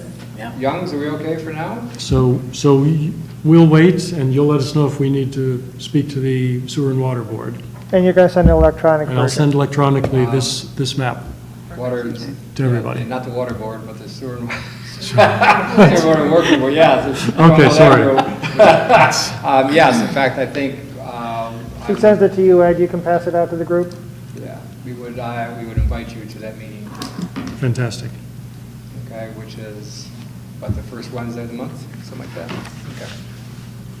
Any other comments? You good? We good? We good? We good? Okay. All right. Thanks very much. Off we go. Thank you. All right.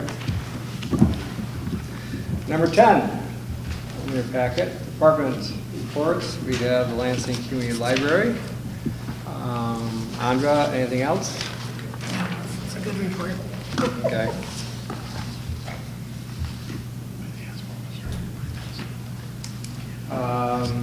Lansing Youth Service.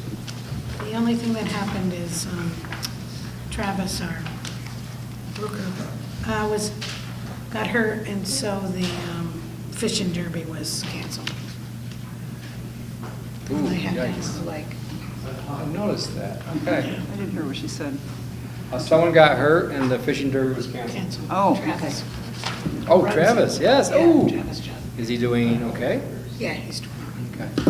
I'm going to interrupt for a minute. Jesse, on page 13, I have a resolution. Yeah. Is that something we should talk about later? Or is it about the official newspaper of town Lansing? Okay, you already voted on That's that. That was to the declaring lead village agency. solar.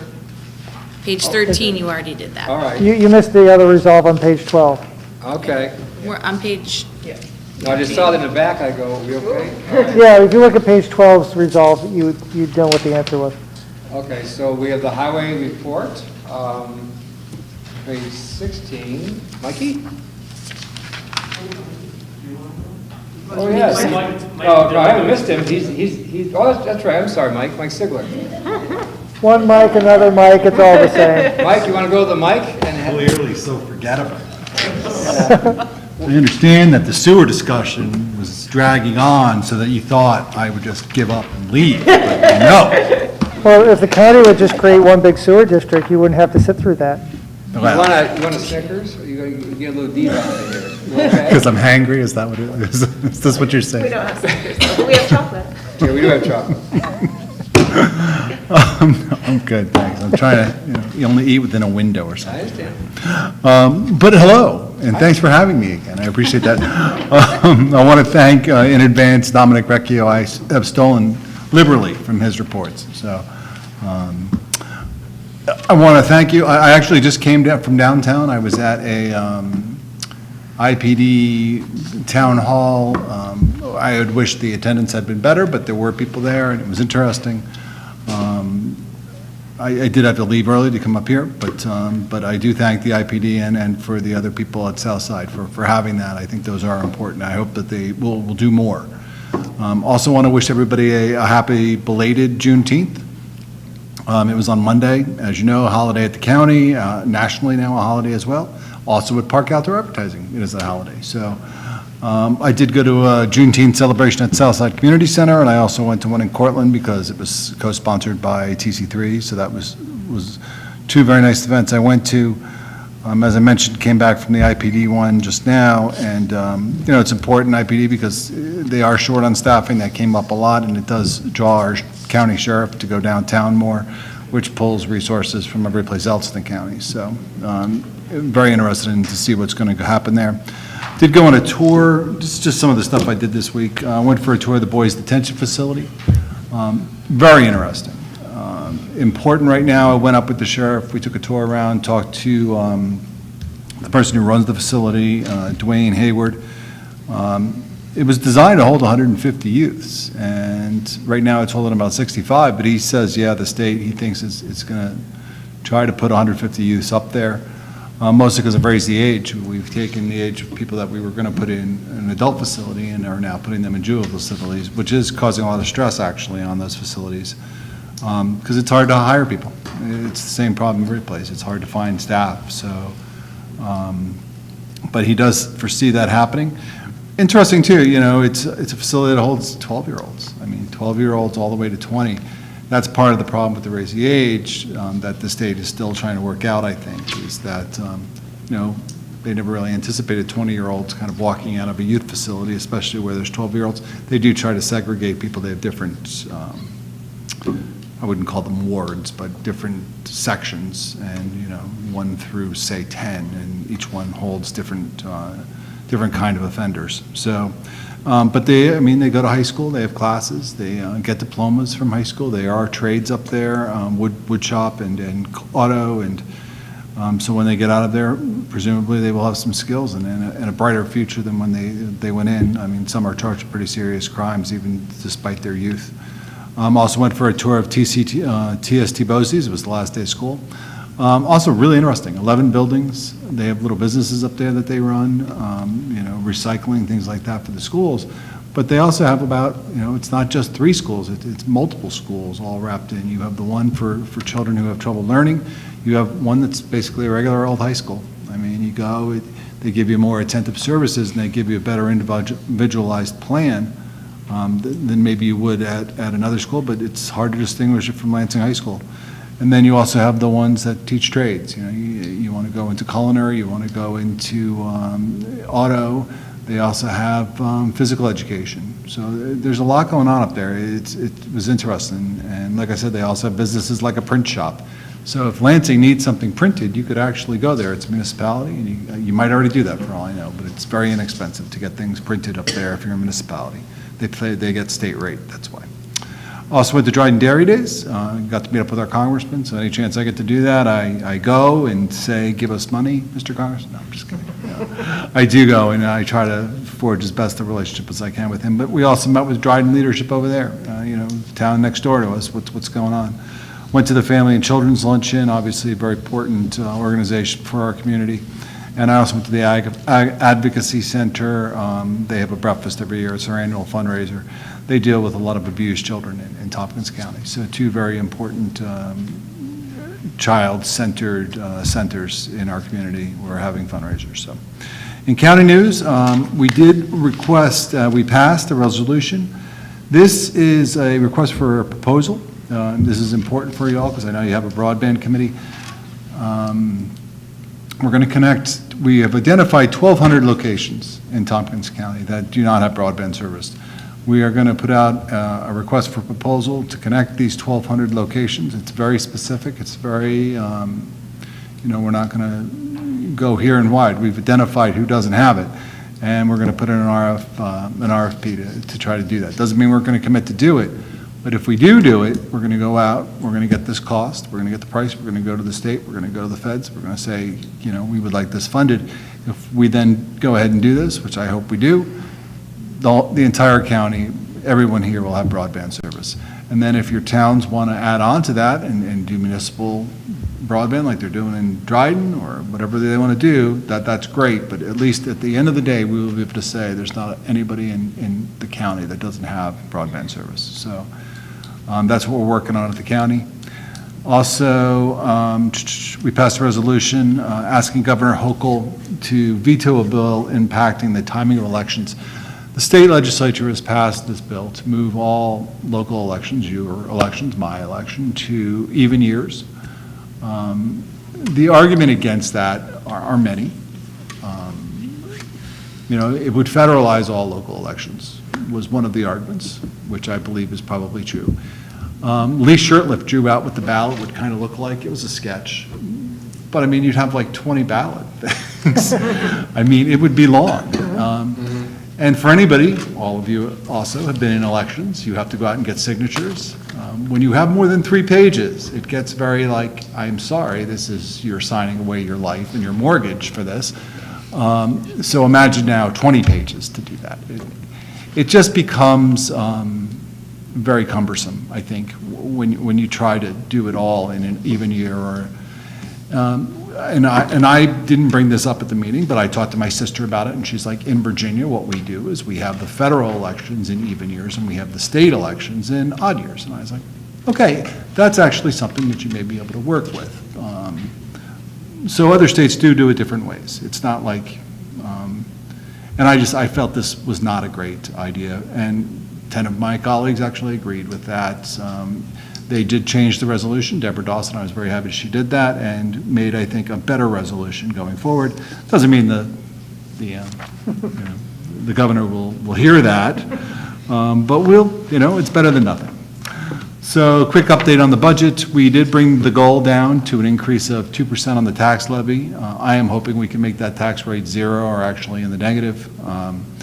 We did have a hike in assessments. A lot of people saw those this year. I am keeping that in mind when we talk about these things, because a lot of people did feel that. The big key for me was that we were able to work in a soft hiring freeze into, like right now, what positions do we have open, and should we fill those right away?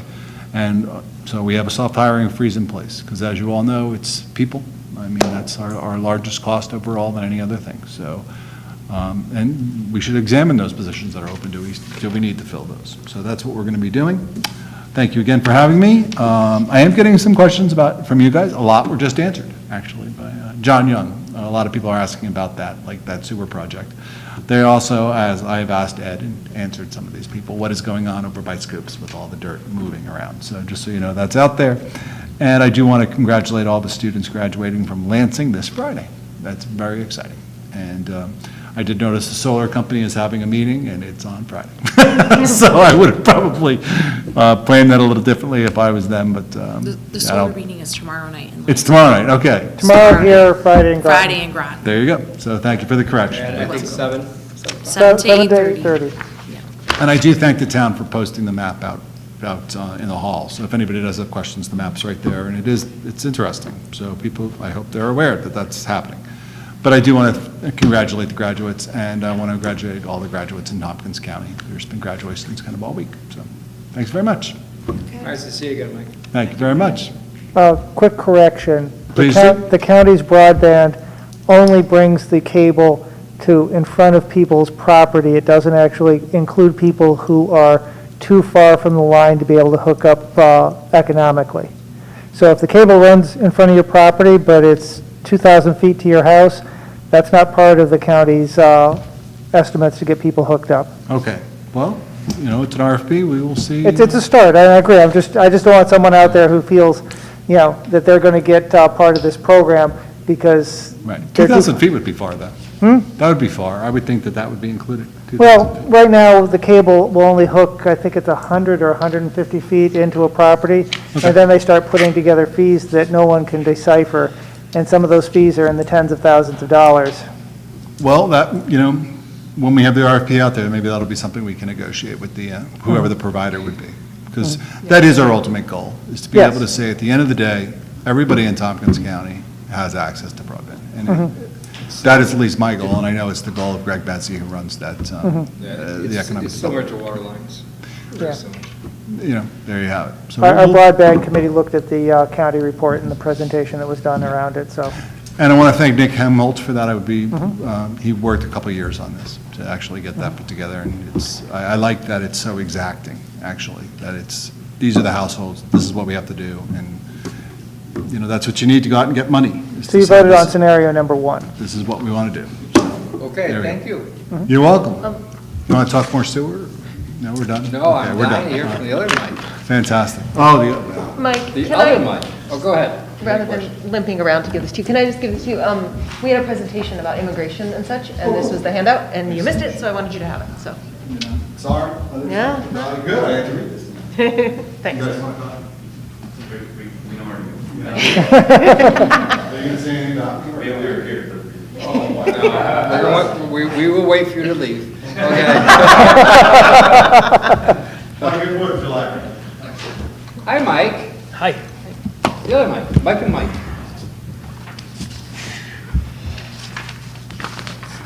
My report's in front of you. I'm going to keep it short. I've had a very, very long day as I got here late.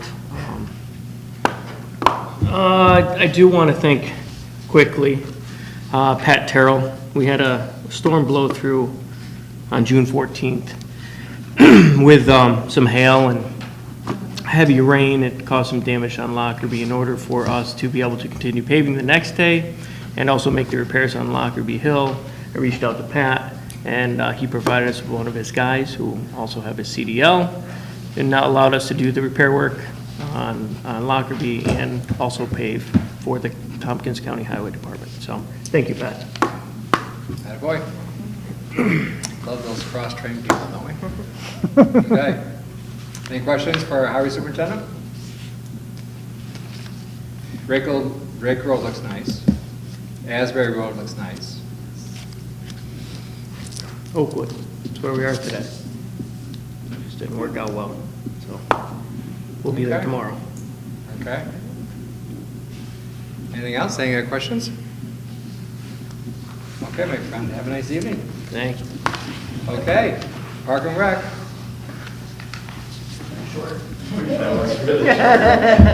See if you can top it. Okay, thank you, Sorry, Pat. Jesse, but I can't. Thank you, Pat. Now we have a next one. See ya. I would like to thank all of the departments for helping us out when we had a little bit of staff shortage. Every department's helped out, and it's been great. So I appreciate everyone's help. Obviously, I emailed all of you last week about some issues we have with the playground that need repairs. It's kind of a dire need to get those fixed before hopefully half the summer's gone. I think Mary Ellen and I have come up with a plan that may work for everyone without burdening the taxpayers. It would be pulling that money out of the repair reserve fund. You have $106,616.26. Correct. What's the repair fund's purpose stated? What's it state? She just showed it to me, and we both think it fits, but guy's looking at me a little bit funny, so I'm. No, I wasn't even looking at you. Okay. But I'll be happy to look at you funny if you want. That first one, yep, that'd be great.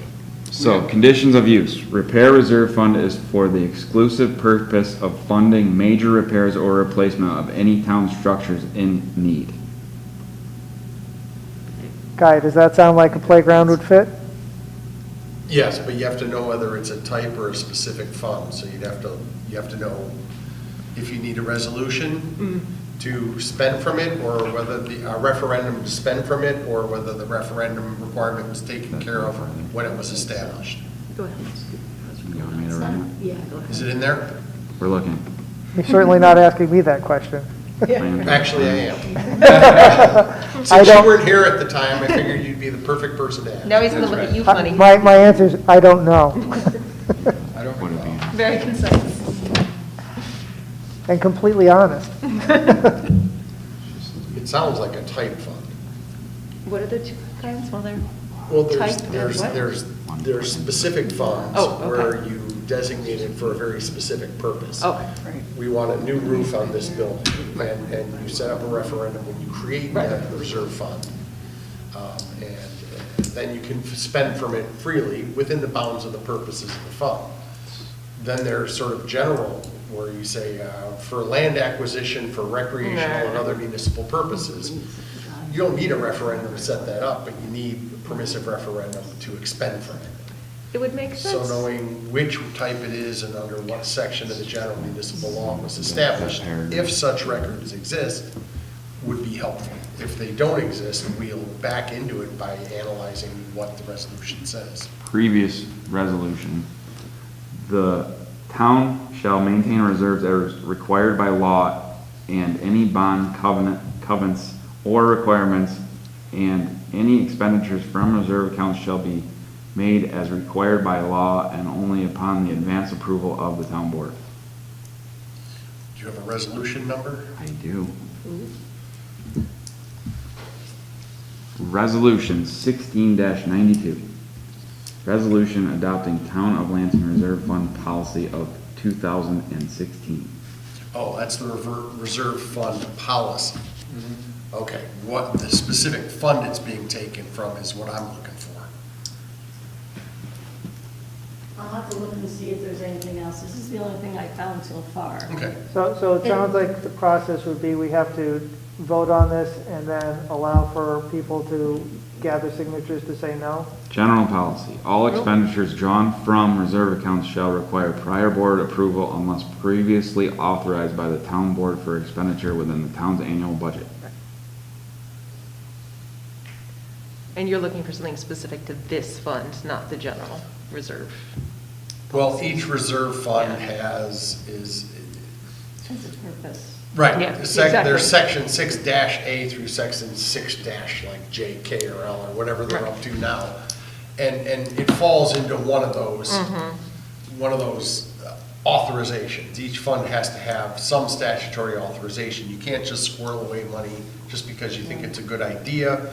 You can certainly do that as a private citizen, and certainly every fiscal advisor in the world will tell you that's wise. Unfortunately, they don't permit it for municipalities. Again, welcome to New York. This is all in resolution 16-92. Right, that was the policy that set up the various reserve funds or reclassified them. But that'll give me a start. I'll have an answer. You'll either be able to fund it immediately, or you'll have a 30-day referendum period. That you'll just have to wait the 30 days. And you would assume something like fixing a playground wouldn't be challenged, but. Unfortunately, I hate to tell all of you, it's a custom build, custom design, so it is hard to find components and pieces for this. Is this something you're just buying parts and you guys are doing, or is this something you're Yes, bidding we out? will. We have sourced someone that will hopefully provide us the parts and pieces that we need, and we will do the installation. Pat, remind me again what the amount was that you're needing? I'm gonna say up to 20,000. Okay. That was, Is this the, which playground is this? this is the large playground in Myers Park. The Leathers one? Yes. Gotcha. So Guy, is there any reason why we couldn't make that resolution now and figure out whether or not it applies now or in 30 days later? You know, so Well, if we. Start the if clock it on the requires a referendum. referendum, you would have to publish the notice of referendum within 10 days of adoption of the resolution. Right. I'm just asking if we could do that now, publish in 10 days, and he either can spend it right away because you determined that we could, but in all likelihood, he's going to have to wait 30 days from what I'm hearing. It doesn't sound like we The only put. other option would be to pull it from fund balance, and then you don't have to. Right. Fund balance is running really low these days is the problem. So I'm asking, could we do it now, not knowing the answer to which way it is, but in a couple of days know the answer as to whether it needs to be published or not, and move forward that way if we have to? Sure. Is there a problem with doing that? Other than the fact that it would be, you wouldn't want to say this resolution is subject to permissive referendum as required by this particular section of law, because you wouldn't know that. Okay. But other than that, if you want to authorize $20,000 to be spent from the reserve fund to fix the playground, you could do so. And if it requires a permissive referendum, that answer would have to be obtained and the notice prepared and published within 10 days. You're going into the transaction in reverse, but you can do it. What if you, can you take the Park and Rec equipment reserve? You got $15,062 It's the there. same. But would you need a referendum for that? You're trying to avoid the 30-day referendum, it sounds like, right? Well, you don't even know if it applies. I would prefer. That's We true. Yeah. found that specifically applies to equipment only. That's why we went with the repair fund. The other option would be to get the answer about the referendum and then call an emergency meeting to approve of it. To, like, rather than waiting 30 days to even start a clock. I'm just having a hard time imagining that the wording in this would not require the 30-day referendum, because I can't imagine when we put the money in there that we said, we're going to fix a playground with it, which is what I'm hearing we would have had to do. It is most likely, without knowing more about exactly what was set up, and I recall when all of these reserve funds were segregated and charged. It most likely is a general fund, in which case you most likely do have a permissive referendum. The other option is just do the permissive referendum, and if it turns out it wasn't needed, oh well. If you have the 30 days to spare, what's the harm? If you don't have to publish, you don't publish. If you do have to publish, you publish. But I don't know what your lead time is to get the work done. Wait, there's more. There's more. So I just pulled up the publication from OSC on repair reserve funds. And it says there are no referendum requirements. But if you want to look at this, I can bring this I mean, up. that would make sense for a repair fund, Yeah. because it's like an Good. unexpected, To Right. pay for Yeah, it's not like certain, to pay for certain repairs to capital improvements or equipment, the type of repairs must not recur annually or at shorter intervals. That's kind of the purpose. And I'm just going down That's where I to, was already going, was general municipal capital reserve funds, repair reserve funds. You're looking at section 6D? Or you're looking yeah, at the 6D. comptroller's outline? 60, exactly. Yeah, that would be the right section.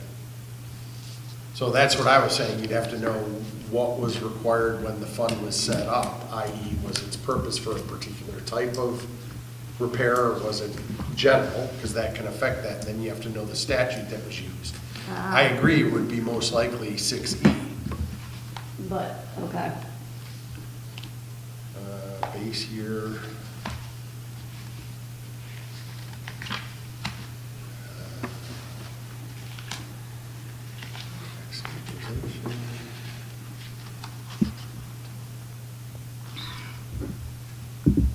While they're looking, I don't know if the board wants to get into the much broader conversation. We met with the CFA grant people this week.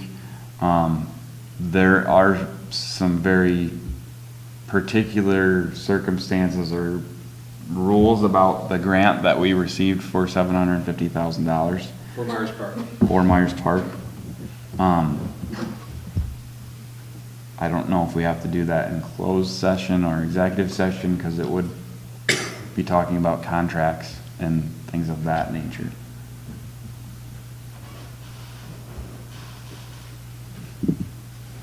We could go into closed session to ask for the attorney's advice on certain situations to see what the appropriate action options are. Okay. That sounds good. Okay, so the reason that, it appears the reason that there's not a referendum requirement on expenditures from a maintenance repair fund is because subdivision 2 says the governing board shall cause to be published in the official newspaper or newspapers, if any, or otherwise in a newspaper or newspapers designated for such purpose, a notice stating in substance that it is proposed to appropriate a specified amount from the repair reserve fund for a particular purpose, and that the public hearing on such appropriation will be held at a time and place stated therein. At least 5 days shall elapse between the publication of the notice and the date specified for the hearing. The hearing shall be held at the time and date so specified. So you don't have a referendum requirement, instead you have a public hearing requirement. That's why I said I wanted to look this stuff up, because I'm also reading one subsection on the fly without the context of the whole law. That's sort of, that's when you want to go in reverse, you got to understand you're not going to see the road. So, timeline-wise, it sounds like, Guy, you're saying it would be better for you to have time to look at the whole picture, so you're not just saying, yeah, it's the best I see right now on my phone in the meeting. Well, it seems pretty clear you got to have a public hearing on at least 5 days' notice. Okay. Regardless of what other requirements might be within the 8 subsections of this statute. And so to get this moving, so we aren't doing this in July at our meeting, what, we should set a public hearing, we should figure out how quickly we should set that for. Should we Does set? this board have to set the public hearing, or can we just authorize Ed and Guy and Debbie's office staff to set something up, and 3 of us can show up here and do the public hearing, vote the money in at that point? Right. And then only. Right, the reason that you normally vote to have a public hearing is because it creates a record.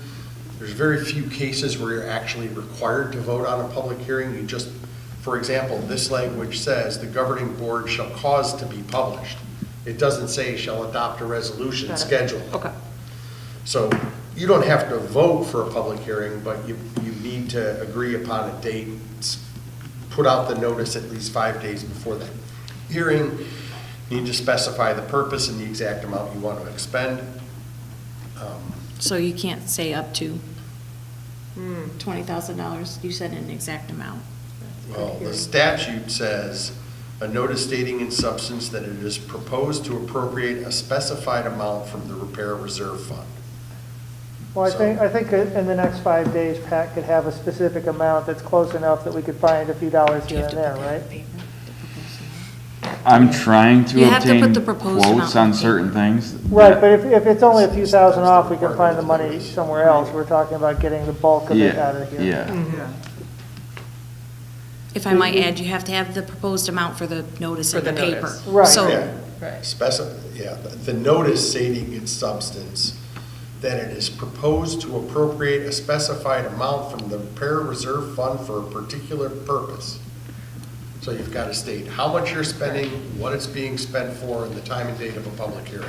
So do we need a quorum of us to meet in an open meeting to ask for, like, once that specified amount is, No, you can schedule the public hearing. got it, and then. And you'd have to have at least a quorum present to conduct that Got it. public hearing. So we could schedule the public hearing now? Oh, yeah. Okay, let's do that, guys. But let's do it in enough time that Pat can get a quote for us 5 days ahead, because it needs, No, he needs it like, So there are 7 other days ahead. options here. There is still There are less. ARPA funds available to make this faster, right? We could still do that. Or we could do fund balance. That would make this much faster, but well, ARPA's already been spent.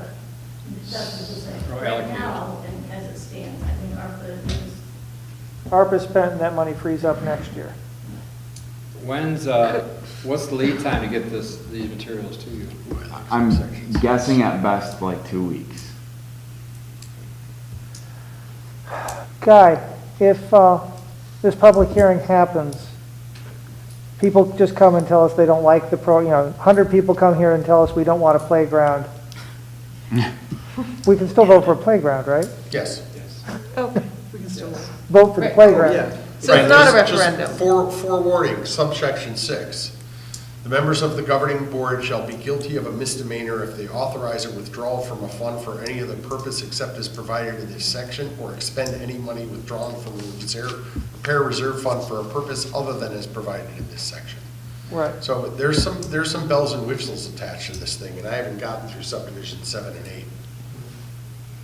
Let's, I think we just authorize these folks to set it up, whatever needs to be set up, and we will come to the hearing. 3 of us will figure it out. At least 3 of us will show up to the meeting. as long as all three vote for it, Yeah, as long as all 3 of us vote for it. I don't think there's anybody on this side of the board that is against playgrounds right now, is there? right? Considering I helped raise the money, I have that. So This was a little dear to me, so. it does, I don't even have kids, and I love playgrounds, so let's go It's a there. great project. So, I understand we're trying to be the second mouse here. Guy, do you need more time? I mean, we can set a public hearing, and we can always cancel if we have to. Well, I'm just saying, you guys can set a public hearing, we don't have to. All But I we want to do- give Guy enough time that he's comfortable so we can defend our actions. That's why I don't think we want to set the public hearing right now. I think we want to make sure that we've got, because when you say 5 days' notice, that means like 6 or 7 days' notice, because you have to get it to the paper, and then the paper puts it out. and Right, things if I like. send it tomorrow, it won't go in the paper for 2 days, like Right, there's so a- I want to get all those things lined up, and I don't know them all off the top of my head, but I Right, want, because we don't want to put you on a shorter timeline than is reasonable or doable. Oh, we don't like short timelines, that's for sure. short timeline's okay, I don't want a negative timeline. Debbie's gonna kill me. That's why you're looking for another account to Yes. get it from. The other option, I know we allocated those ARPA funds, but they have not been spent yet. Can we change that? Because that could be faster. I understand that, but. No, I'm not throwing out I understand- ideas. No, I understand that, but once again, this reserve fund is for a specific amount, and we're gonna try to, I know people are upset about the ARPA funds, but, you know, if you use the ARPA funds for something else, you're gonna have to raise your taxes. Yeah. Because the DA is the Achilles heel right now. And that this is needs to be protected. And I understand people are emotional about the ARPA funds, I get all that. But, okay, so what if we had done an economic type of thing, but then we gotta raise your taxes another 20 cents or 30 cents to cover that, right? So this is why I think the long-term plan was trying to keep our fund balances up because they got depleted during the plague. The good news is we got through the plague. Okay, now that we're still alive, then we can debate this, right? But, you know, but having said that, I think we're trying to use as many tools in our toolbox, and we'll get the yes.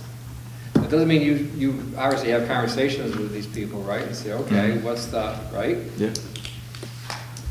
I'll also say, let's make that meeting during business hours so that you guys don't have to come in on some other time. I think that Yeah, worked well last time. Yeah, That's certainly. ideal, if that can I happen. think we'll just assume that. And we're calling it a public hearing, not an emergency meeting, right?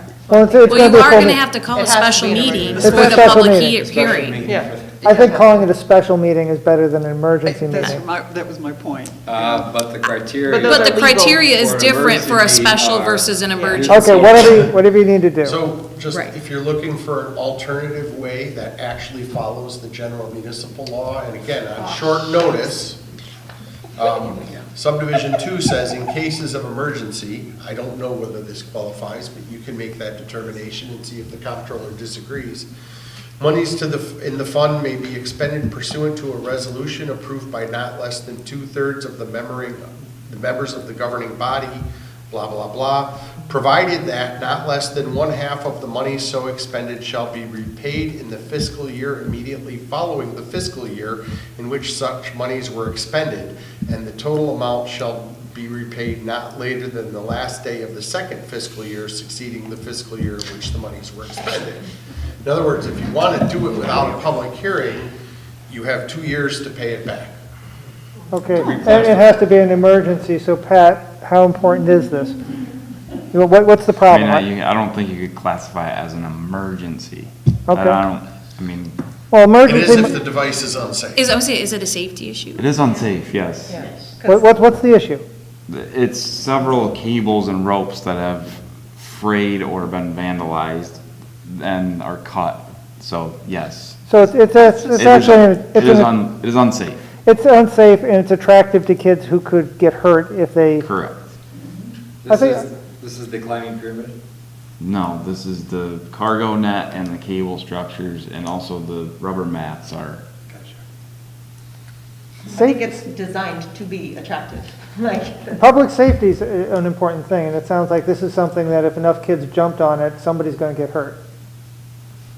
That's what I'm yeah, hearing. it poses a safety issue. Well, this time of year, it would be arguably more of a potential emergency than were in December, where you would tend to have people in a park naturally assuming that a playground is there to be played upon. Well, I mean, it's the same reason people don't build snowmen in July in upstate New York, but I shouldn't say that. 'Cause I think I think someone did actually cargo in snow from you're gonna somewhere. need that salt.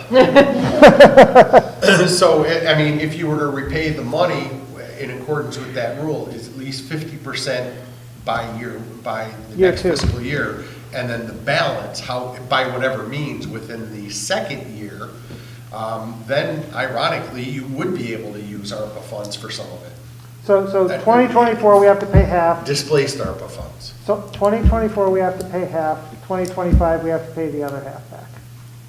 The balance. Correct. Yeah, it wouldn't have to be in a lump sum but you could do it over any number of ways. That would be using, if you determine that there was an emergency. Do we typically put money into that reserve account every year? No. No. Will We have question. certain guidelines. If you look at the reserve policy, there are certain amounts and certain guidelines. I think they've been exceeded. A lot of them, they have been put in the past. A lot of that was done when we had the 529,000 for the mortgage tax that one year, when it was 200. And so that 289,000 got distributed amongst Park and Rec, plus the reserve funds, amongst other things that we accelerated. Okay, let me ask Guy a real theoretical question. We're taking 20,000 out of this repair fund.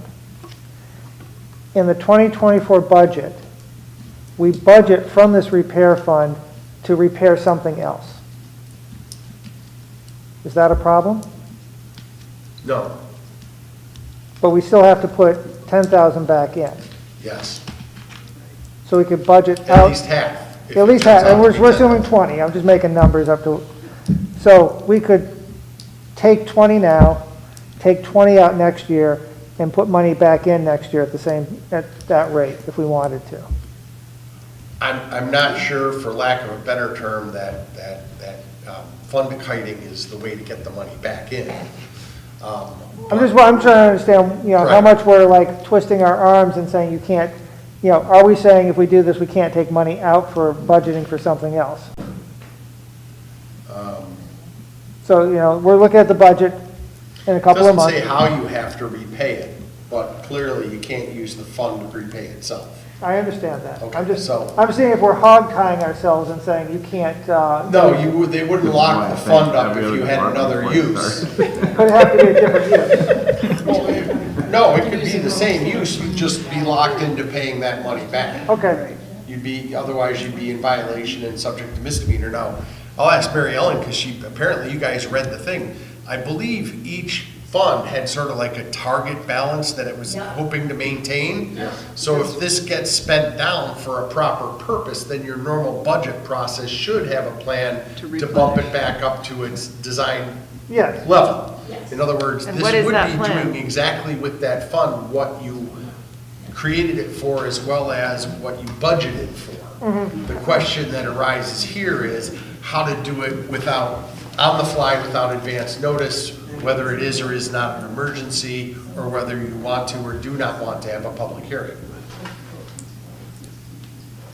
It's a pop-up, that this is what happens. So there was supposed to be $10,000 a year, here, hang on. I think we filled these all up like 2 or 3 years ago when the. Right, but I think it was like 10,000 or something a year that you were supposed to be putting into it until it was pulled It was up. on that financial plan, that first one, right, financial plan. It was $20,000 a year for 10 years between 2016 and 2026. Right now, it's $106,000 and not $200,000. So some of it got spent down, No, I never got. Never got paid. paid. or it never got to 200? I don't think it ever got to 200. From what since I've been here, I've never seen money go into it. Right. So, Okay. I don't know when that stopped. I can do some research and figure that out. If the target level was 200,000, then in your next budget season, whether or not you spend any here, you probably should be continuing that plan so you have an adequate reserve, because what if it was like, one of the key pavilions and it was gonna cost 100,000? So I think it is an emergency because it's attractive and a safety issue. And per our policy, we should be putting more than 50% in next year anyway. Correct. So I think. Yeah, when I we did that can- five-year financial plan, I had Do that it. fund balance report at the end of that.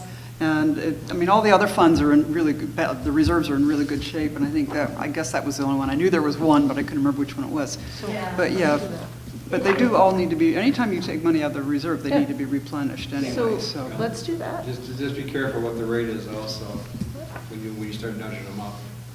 You can nudge them up, well, this is an emergency, but like I said, you're gonna have this, highway department building, that's almost 60 cents a thousand, right there. I mean, I'm not saying not to do it, you may have to revise the reserve policy to nudge it up, because we haven't touched that ever since, right? Yeah. We've always used them on a fund balance. I understand what the philosophy is, you pull it out, you put it back in, you pull it out, that type of thing. Yeah. This is one of the real quote-unquote emergencies we've had Right. on that. It's just, I would like to see this thing clean myself. So otherwise, you gotta keep it in the back of your mind, I gotta get another 10,000 in next year. Well, that won't be our concern, that'll be you guys' concern. Marilyn, I can't remember, it's been a while since I looked at those. Was there like a schedule as to how quickly you needed to reimburse, replenish a fund, a reserve? I haven't found, and I just honestly have just started reviewing these, so. Well, it sounds like you got two I don't years. see, I don't see like how quickly, right off the bat. But I will say that repair fund, in one section of the policy, it has an amount of 150. So I'm guessing maybe that was the target, and this 20,000 over 10 years was to get it to 200, maybe just to overshoot so that there's room, I don't know. Yeah. But there is a difference though. So I suppose. Yeah, no, I was just wondering if if when we do use a reserve, does the policy say you have to replenish it within like a 2-year period or a 10-year period, or is it silent on that aspect? Let me just add something here. This is the annual, the AUD, right? Okay. This is when we close the books, right, Mary Ellen? Oh, I'm sorry, 3 years. Okay, thank you. Yep. So the AUD, this is when we close the books, right, Mary Ellen? Pardon? The AUD, the annual updated document, Yep. is when we close the books. I'll say, so at the end of 2022 fiscal year, we have $704,277 in the A fund. Okay? We have, I'm just talking A and DA. We have $186,719 in the DA fund. Now that's probably been almost doubled. It has been doubled since we just dumped the rest in from the ARPA money, okay? You could just take 20 grand out of the A fund and be done with it. Okay. So you're going to do that either this year or over the Which next 2 pocket, years? which pockets you want to take it out of? Yours or mine? What I'm saying is that I appreciate the fact that we're fiscally responsible, that we have to protect the fund balances, no matter how much the public disagrees with us. I get it, right? But you got better than what I anticipated. I thought we had like 520,000 at the end. This is better news. And you can see it right there. At the end of the year, it went from 1,091,000 down to 704. Okay, so there was a drop of about 390,000. Okay, we're not there yet, but we can take that 20 grand out and just eliminate all this agony and be done with it and still protect your fund balances and everything else. Not going to break the bank. Right. What does our fund balance policy say, though, is what we need to maintain? Between 3 and 6 months of Right. operating expenses. Yeah, but I'm saying, where are we with that? Well, I'll have to go look at it. well, we can do the other analysis off of that later, but I think for right now, since this is an emergency, my point is 20 grand is not going to break the bank. Yeah, well, it's not going to break the bank. And then from there, 3 to 6 months, it usually was around 250, I believe, for the A fund, which is 750 for 3 to 6 months. The comptroller wanted, I don't know, they wanted 2 months on that, it depends. The board wanted 3 to 6 months. I mean, those are just arbitrary numbers, but quite frankly, it served its purpose. It got, once again, it got us through the plague. So, having said that, we may just want to take 20 grand, and when you do a budget mod, get her done, and move on. That's up to you guys. That way your reserves are clean, and then we start looking at the budget, we start nudging those up more, right? Yep. Okay. Good conversation? I want the park fixed. Yeah. See? So Who which doesn't route love- are you taking? Who doesn't love dessert, right? Park is a dessert, right? Okay. So are we in agreement to just use fund balance for 20, up to 20 grand, or whatever the amount is that you need? We have to give them a specific It will not amount. be over that. And then we'll just make a judgment next month, what we'll be looking for, right? I think we have to give them up to a specific amount. I don't think we can make it vague. Yeah, up to 20 is. Up to 20, are we okay with that? Do we need a resolution for that? You should do a motion, I think, at least something. I'll move it that we allocate up to $20,000 from the A fund for which line do you need it under? It would be 7110, 400. You do that off the top of your head. Yeah, that's You what we do, have. you do. For emergency repairs on the playground to hopefully mitigate any concerns for the public as far as safety goes. I'll second. I'll ask Guy for any wording adjustments. No change in the verbiage? I've got to allocate up to $20,000 from fund balance to A7, 7110.400. right, for emergency repairs on Mars Park Playground. That's just park contractual, that's okay with you? Yeah. Okay. Does that sound okay? All in favor? Aye. Opposed? Anything else to report? We'll talk later in closed So, session. yes, it's not gonna get better. I didn't even get my napkin. Oh, baby. All right. Good job, board. Let's move on. Planning and code, we have Director of Planning Report. We have that from John Zepko. Speaking of which, is there a CRC meeting tomorrow? I think we canceled it. Thank you. Got that, guy? It's canceled. Yes, Good. Thank you. Engineers report, we'll move on. Hello there. Town clerk report, It's in your packet. thank you. Riveting as always. Now we're on consent agendas, right? Yeah, yep. The one thing I did want to point out in the consent agenda, I know we're not supposed to talk about it, but I just do want to bring out in the agreement for services with Tompkins County. What page? 22. Thanks. It's just there is a little conflicting, it says in words $50, and then in parentheses it says $55, so we'll have Ed write out $55 before he signs it. Mine It's a says typo. 55 in words. No, mine says rate of $50. Number one? Number one. In words, it Oh, says. 50, oh, I'm sorry, you're right, Oh. yeah. Right, it should say 55, so I just thank want you. that noted, that we'll correct that before Ed signs it. Okay. Okay. I'll move it. I second it.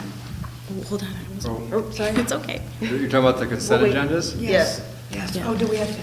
We have to go through the We have consent. to Oh, go. wow. Usually we read the titles, I think, Yes, right? yes, and there's 4 of them, so don't fight over them. How about we go right down the road from. A. Right, yeah. A, B, Motion C, to and D. authorize supervisor to sign contract with the Tompkins County Soil and Water.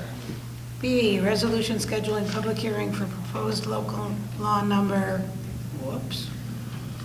They're not numbered ahead of time, in case they don't pass. Got it. Okay. Override tax levy limit. Chief, I couldn't hear. Resolution approving amendment of resolutions number 23-90 and number 23-22 highway secretary hours. Resolution adopting amended town sexual harassment and prevention policy. Would someone like to, I'll move it. I'll second. Mrs. Hall?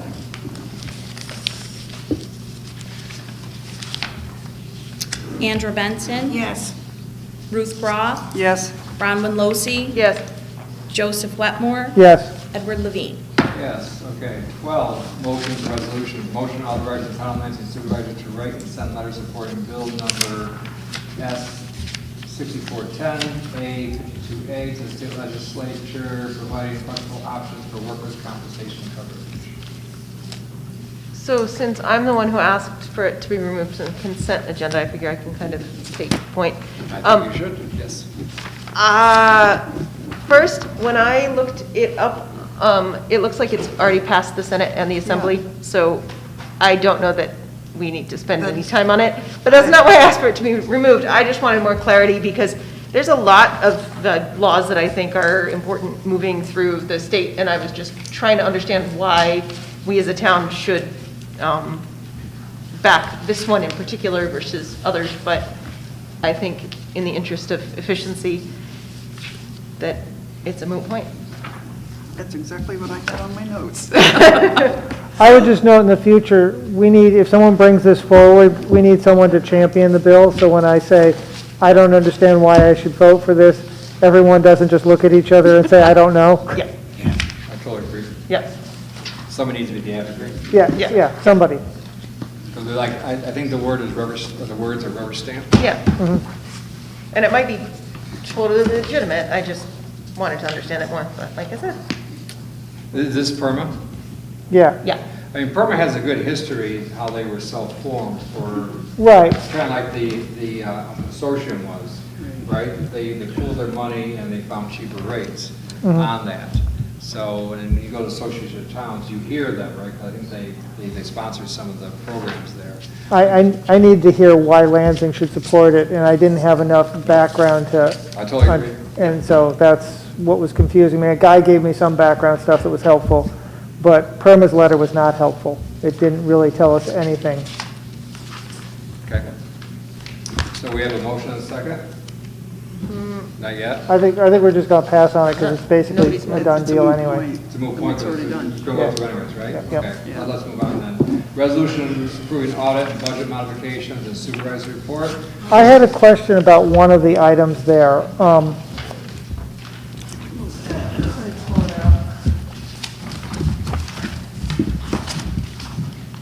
So you have a budget mod, Mikey, for the U for $19,000? Yeah. And that's because? Difference in pay between two. Say again? Difference in pay between the two positions, the former and Okay. the new. Okay. I met Maggie. Maggie, she seems to be doing excellent. And now I met the new person over in Cove today. That was their first day. No, great. A lot of new faces. Or a few new faces. So that budget modification moves money to pay somebody. Does that cover all the other money that needs to be spent for, Social Security and all that? Not yet, no. So we're going to have another budget modification to cover that part? Yeah, I need a little time to figure all that out. That's really complicated. I get that. Okay. And basically, that money it was already in account for labor to pay John when she was in March for time that she was spending in the highway. So it's just taking it from there, and so she needs to move to highway, we move that to highway 2, and that helps cover the difference. Right, but we're going to have to move some other money to highway to cover all that other stuff that needs to be covered. Okay. So out of curiosity, where does that money come from for that information aid, or whatever her title is, for the highway department? Does it come some, because for the highway employees, some of it comes out of sewer, B, DB, DA. Comes out of A fund, townwide, right? Okay, thank you. I had a moment there. I'm now focused again. Okay. All right. So I have a question about this voucher in which town lighting fixtures were fixed and money's being donated by the Lansing Community Council to cover that cost as well. And my understanding is donations like this have to be pre-approved by the town board before they can go through. And my understanding for that is you don't want people to do donations to start pushing how public money is spent. And if you let someone, pay for 3/4 of a project, they're starting to dictate how town money is spent. And so I'm questioning whether the town board has to actually accept that money before we can approve this voucher. Okay. So full disclosure, I'm no longer the president or a member of the Lansing Community Council. And they have been a great partner in the past as far as playgrounds, blah, blah, blah, all the rest of the stuff they do. But that's a good point, and I understand the reasoning behind it. All of a sudden they say, we gave you that, and now we want, okay? This is one of the reasons why when the pavilion was built, it was all with private money, even though it was done by the highway department to build it. But you're absolutely right. You get into that gray area where they said, I want this done, this done, this done. No, you gave us the money. It's now in the town's hands, right? As far as this goes. So we can approve it first if we want to accept it. I don't know what the procedure is moving forward as a gift. Guy, do you have any guidance for this? Well, once again, it would have been great to know this was coming up before it came up, but generally speaking, yes, gifts have to be approved. They have to be like accepted, right? Yeah, I did include you on an email 3 days ago about it, guys, so you were... All it said was this is how gifts should be reported on a voucher. It didn't say the town board has to approve a gift. It didn't ask for the procedure. I said, I think town board has to approve gifts, but in any case... Okay, I was looking at the voucher side of it, but... Okay. Okay, be that as it may, I think you do have to approve all gifts. They have to be accepted. Right. Because not all gifts are accepted, some are rejected. Totally agree. So how do we do that?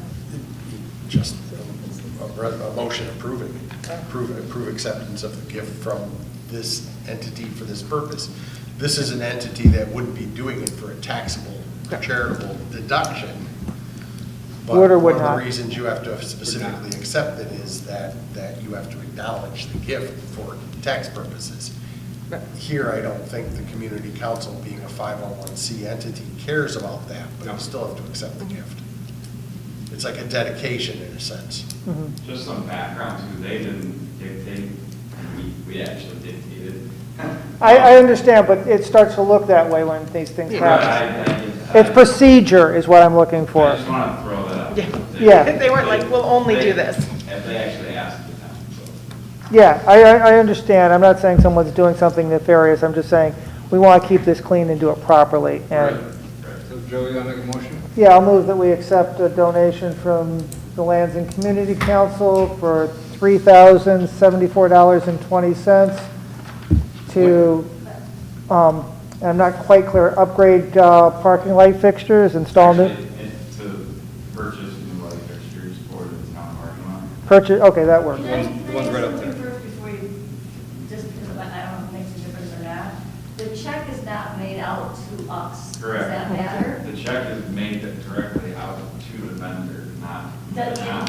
right, and not that that makes a difference in what you need to do, but it doesn't make a difference in that it's not flowing through us like in an account, we're not accepting the gift, and then, You're asking Guy a question now. yeah. Well, I'll repeat, when these things pop up at a meeting with no foreknownowns and none of the facts are known, there's Yeah. going to be problems when you slam it into reverse to get there. Yeah. So maybe instead of the donation being of the cash, it's the donation of the equipment. Exactly. I don't know what happened, so it's tough for me to advise in a vacuum. But if that's how it happened. Can we wait till next month to do this? No, you can accept however it is that they want to make the donation. So it's an in-kind donation rather than cash. That's exactly right.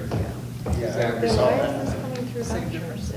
Well, it's a donation, and if you read the monetary, it's the light bulbs. Well, it's not quite monetary because No, we I have, said it wasn't monetary, it's in kind. yeah. Here's how I think about it. Yeah, and I apologize, I didn't know. Yeah. Didn't know anything about any of this. That's fine. So- Looking at the Yes, voucher. my apologies as well, because I guess it was. I've never heard of this. I mean, we have donations all the time, and I've never had on board approval, but Well, all the, like the trees and the park benches and stuff, there's actually a town policy that they have to be approved by the town board before they're dedicated or cited. good to know. It's a written town policy, and it actually dates back to a particular event, but it also ties into it's a gift. People can't just start putting up monuments in town parks. Right. Right. So, I guess my question is also procedural. Why is this going through vouchers if the town isn't paying for it? We're paying part of it. Paying- We were Oh, paying- okay, Yes, we're okay. paying a portion. Thank you. Okay, that makes sense. That's why I saw it, is because it went through vouchers, and I'm like, wait, this is a gift, we need to accept it, and, Yeah, I said something yesterday. I would have done Sorry. a lot more research, I didn't realize. Yeah, and if there's something where you say, this is how I think a voucher should be written when a gift is involved, and you're implying that I should be looking at it or expressing an opinion, it would be a lot better if you said, is that correct? Or Guy, could you look at this and be I will prepared try to be discuss more at the clear. meeting? I will try to Because be I more- looked at it and said, he wants vouchers with gifts to be reported this way on the vouchers so that it makes it easier to review. That's what I saw. I didn't Oh. know there was an implied question in there that Okay. I should look at something. okay. So apologies if I missed something. And I wasn't clear enough, and we're getting there now. Is my resolution good enough for where we're at right now, or do we need to modify it? As long as you authorize the acceptance of the money or the equipment that they purchased and that was delivered to the town, I think, do we know for sure what happened? They paid We have the a check vendor? sitting here. They are paying the vendor directly. We have a There's check copy of the sitting here that's going to get included with our check to pay for the equipment that's been installed already? Yes. It's a portion. They covered the. Right. total bill. They are- No, I get that, but I think we have the check that we're going to send with ours, correct? Yes, it's in the envelope there. I don't know why. Yeah. So let's I just would say, let's just say cash or equipment equivalent. I would say cash or equipment and just accept the check as one, the other, or both. You know, when private citizens make these kind of Yeah, it's donations, they have to be documented pretty clearly. You have to send a gift letter back, et Right. cetera. Here, because it's a nonprofit, that's a community foundation, a community council, you don't have that issue. But I'm not sure exactly what that is or what the agreement or understanding is, but it's clear that they intend to give either the money or to assist in the project by buying the equipment. I would cover both bases and then just go forward. I don't know what else you're gonna do. Okay, Jesse, do we have a motion that you have clear? I called it a gift, but I think you're saying I need to be more specific than that. Well, no, I mean, a gift of $3,074.20 for the support of the project or purchase of equipment.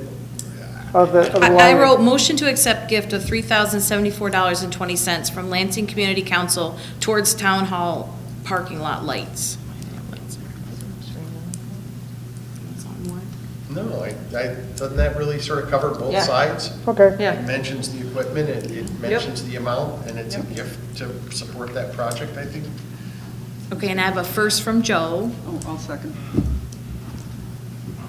All in favor? Aye. Opposed? Do we need to sign that, Sign one. the voucher? Oh, yeah, we need to sign the voucher. I'll get, yeah, just pass it over this way, we'll sign it. I move the supervisor's report and all that stuff. Okay. Resolution approving audit and budget modifications. Yeah, and that. Supervisor's report. Joseph first. You moved it, I'll second it. Thank you, Andrew. Andrew Benson, Yes. Ruth Groff, Yes? Bronwyn Losi, Yes. Joseph Wetmore. Yes. Edward Levine. Yes. Okay. Board member reports. Andra? Just the two we talked about. Okay. Ruth? Mine's in the packet. Yep, saw it. Bronwyn? Mine is covered by Joe's and John's, so. Joe?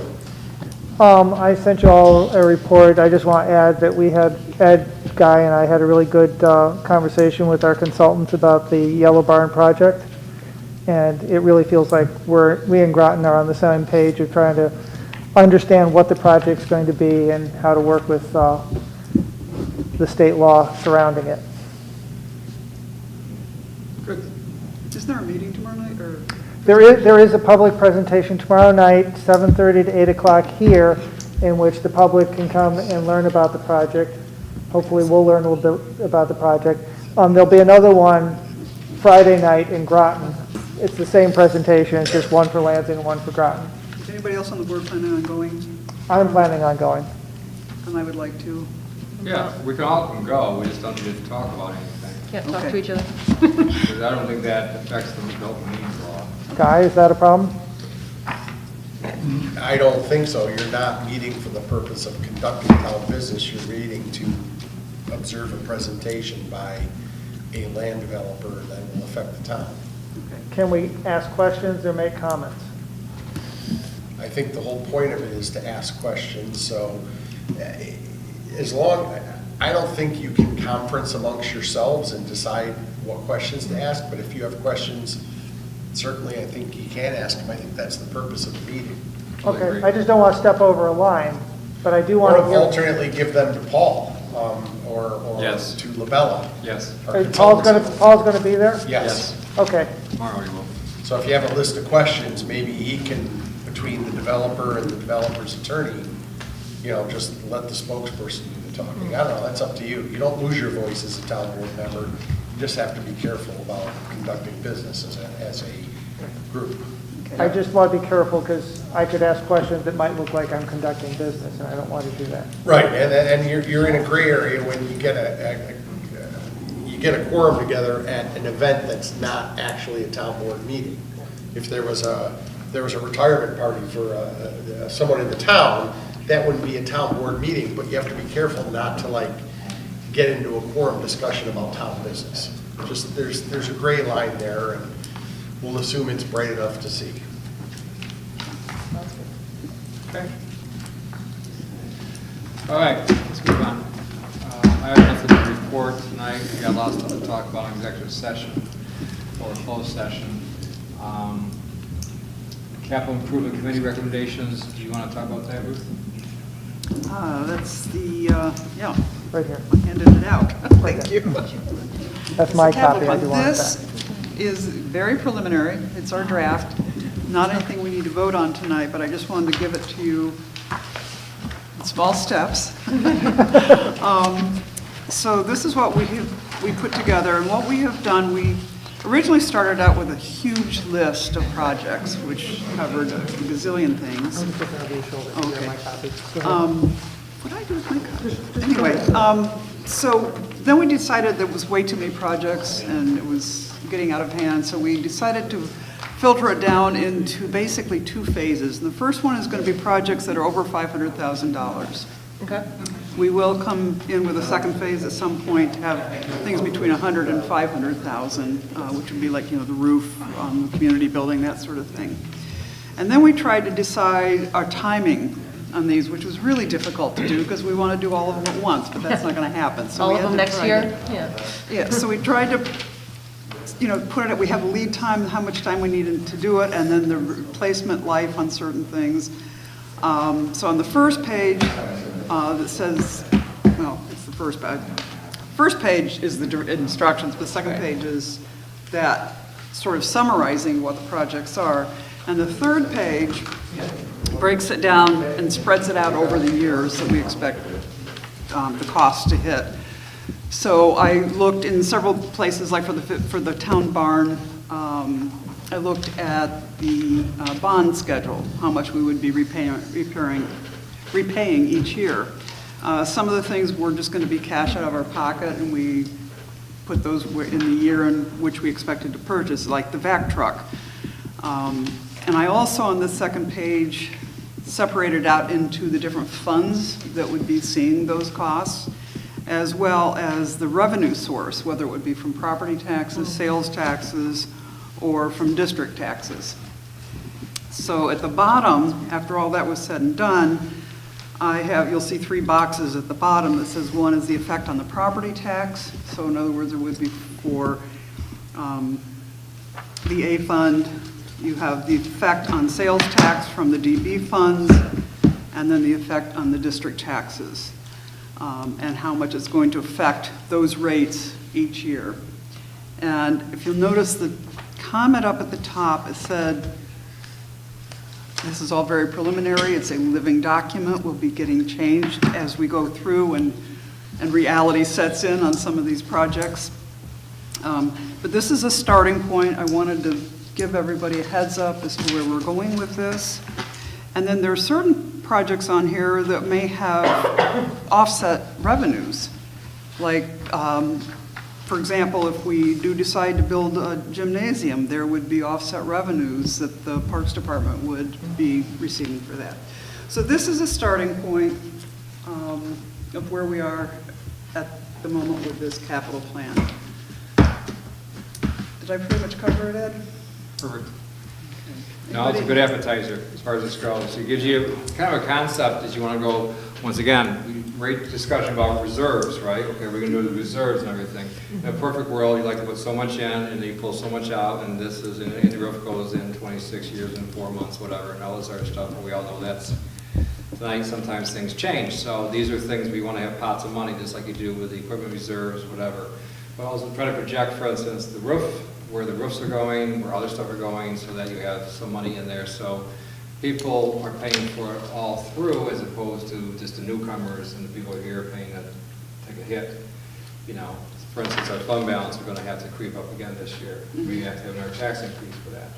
But we'll see where that goes, amongst other things. But yes, keep in mind also that, we'll talk about this in closed session, but there's other stuff going on here, but this is a good blueprint of what you think might be the cost, and then you can go ahead and basically allocate which funds they come out of. Like if there's districts by themselves, like water districts, okay, they're self-taxing. Okay, so that's a little bit different, and they can object to it. If you increase that by $2, $3, $4, they'll, you know. But more or less, you just have to differentiate what is in the general tax and what is in each district as far as this goes. Right. Okay, like lighting district, they'll get bumped up this year, amongst other things. But also, it's good to keep an eye where these creep up or down. And now, since we're past the plague, now we get a hard look at projections in the future as things start to come back, right? First you survive, then you thrive. That's what we're going to shoot for, okay? No, it's a good presentation. Good work. And I also included with the tax tables that I got off from the assessor's office for the current year. So you can see that we're still, right now, the lowest total tax in the county. And we're pretty much 7% of the total tax We're not liability. quite. I'm sorry to interrupt you. No, go ahead. We're also, I did the projections on the tax rates. I think we're between 6 and 7% of the total tax liability of the town. So when you get your total tax liability between your school and your county and your, what is it, town and your fire protection and your library, and if you're in the village, you get a village tax, where's 7% of that? Right. School, I think, is around 70. You got a question, Mikey? I just wanted to bring up something just on which you know, Ed, and I think most of the board does, but for the DB sales tax and infrastructure roads, 94 miles of road, right, lane miles. So, or 94 miles of road, so we're looking at, we're gonna try to do 6 miles a year, 2-inch overlay on those, doesn't, just rough math, you're gonna be around 800 and some thousand dollars, right? You're gonna drop down to doing 5 miles a year, you're gonna push it out to about a 20-year cycle, which is not the best for our roads, you're gonna need around 700 and some thousand dollars. So with all that said, we do receive money from New York State. We receive money from CHIPS, Pave New York, Extreme Weather Recovery, and POP, paper potholes, right? This funding, within my time being deputy and the highway superintendent, was talked about being cut at a certain point in time. We do rely on it. The local roads program throughout New York State, there's more miles of local roads in New York State than state roads or county roads. So it would be crazy to cut it, but they do look at it from time to time. But for the most part, every year we've been around 500,000, right? So out of that 800 some thousand, we could pull 500. This year's 521,000, $19.76 that we're going to get back. Okay. So if you were to just look at the $838,836 through CHIPS and those programs I stated, 500 some thousand will be reimbursed once we spend the money. Right. As I often come to you and say, hey, Ed, and the board, will you front me this money? They came out with the POP program. It's $45,000 some dollars. If we spend it, they'll reimburse us. So you're using 300 some basically out of the sales tax money, which by the way, the first 4 months have exceeded expectations as far as this goes. And I'll say this as a reference to you two, though I don't advocate it, is that worst came to worst and they took the chips away, you could do a road tax. Just like the town of Ithaca does. They do a 60-cent road tax. Okay. I mean, that's the last resort, right? Yeah. Type of thing, but I'm not advocating that, but those are ways you can pay for it if they take the CHIPS money away or they do other money, unfortunately, will fall on the backs of the people, you know, in the town of Ithaca, including the village, that would have to pay for that. Okay, that's what that is. And I've tried to, I mean, I think we avoided that so far on that, so. You know, we try to find different pots of money, and you see these big numbers of 1.6 million for sales tax between the code and the highway, but you also see where Mikey's on top of stuff also. You see the revenue streams are, and they could, like I said, they could change. Okay, anything else? I just want to really appreciate all the work that went into this 5-year projection, and it's really helpful in understanding where projects are going to fall and how we're going to pay for them. Yeah, that was our hope. Thank you. Okay. Moving on. Department of Public Works discussion, I think we'll table that till next month, if that's okay with everybody, right? Sure. All right. We need to be really coherent for it, that's probably the best plan. Yeah, I know. You want to give you a moment? Okay, we need to go into closed session, right? Pat, we need to get some advice on something to do with the contract. Advice and Yep. decision making. We also have to do another contract decision-making and discuss that also. Do you want to take a 5-minute break? You want to and take care of business, or do you want to just go right into it? I'm ready to go right into it. Sure. Right, okay. I think, let's see. I think Mary Ellen, you probably need to stay. Mikey, Mikey needs to Part of stay. that, if you go back to CJ's. Well, you need to stay for that one too. So I'd like to move into closed session to discuss contracts. Advice from our attorney. Yeah, closed session to get legal advice on 2 contract matters. Correct. I would also like to talk about issues around a specific personnel issue. It's executive session. So we have to go out and come back. Yeah? Yeah, Okay, technically. okay. We do it properly. Someone's going to make Which a are we doing motion to first? go I'll into move it. closed session, Which are we doing? Closed session first. Closed section first. and a second. Hold on a second. All in favor? Aye. Aye. Opposed? Okay, good. You want to hit the button, Ed?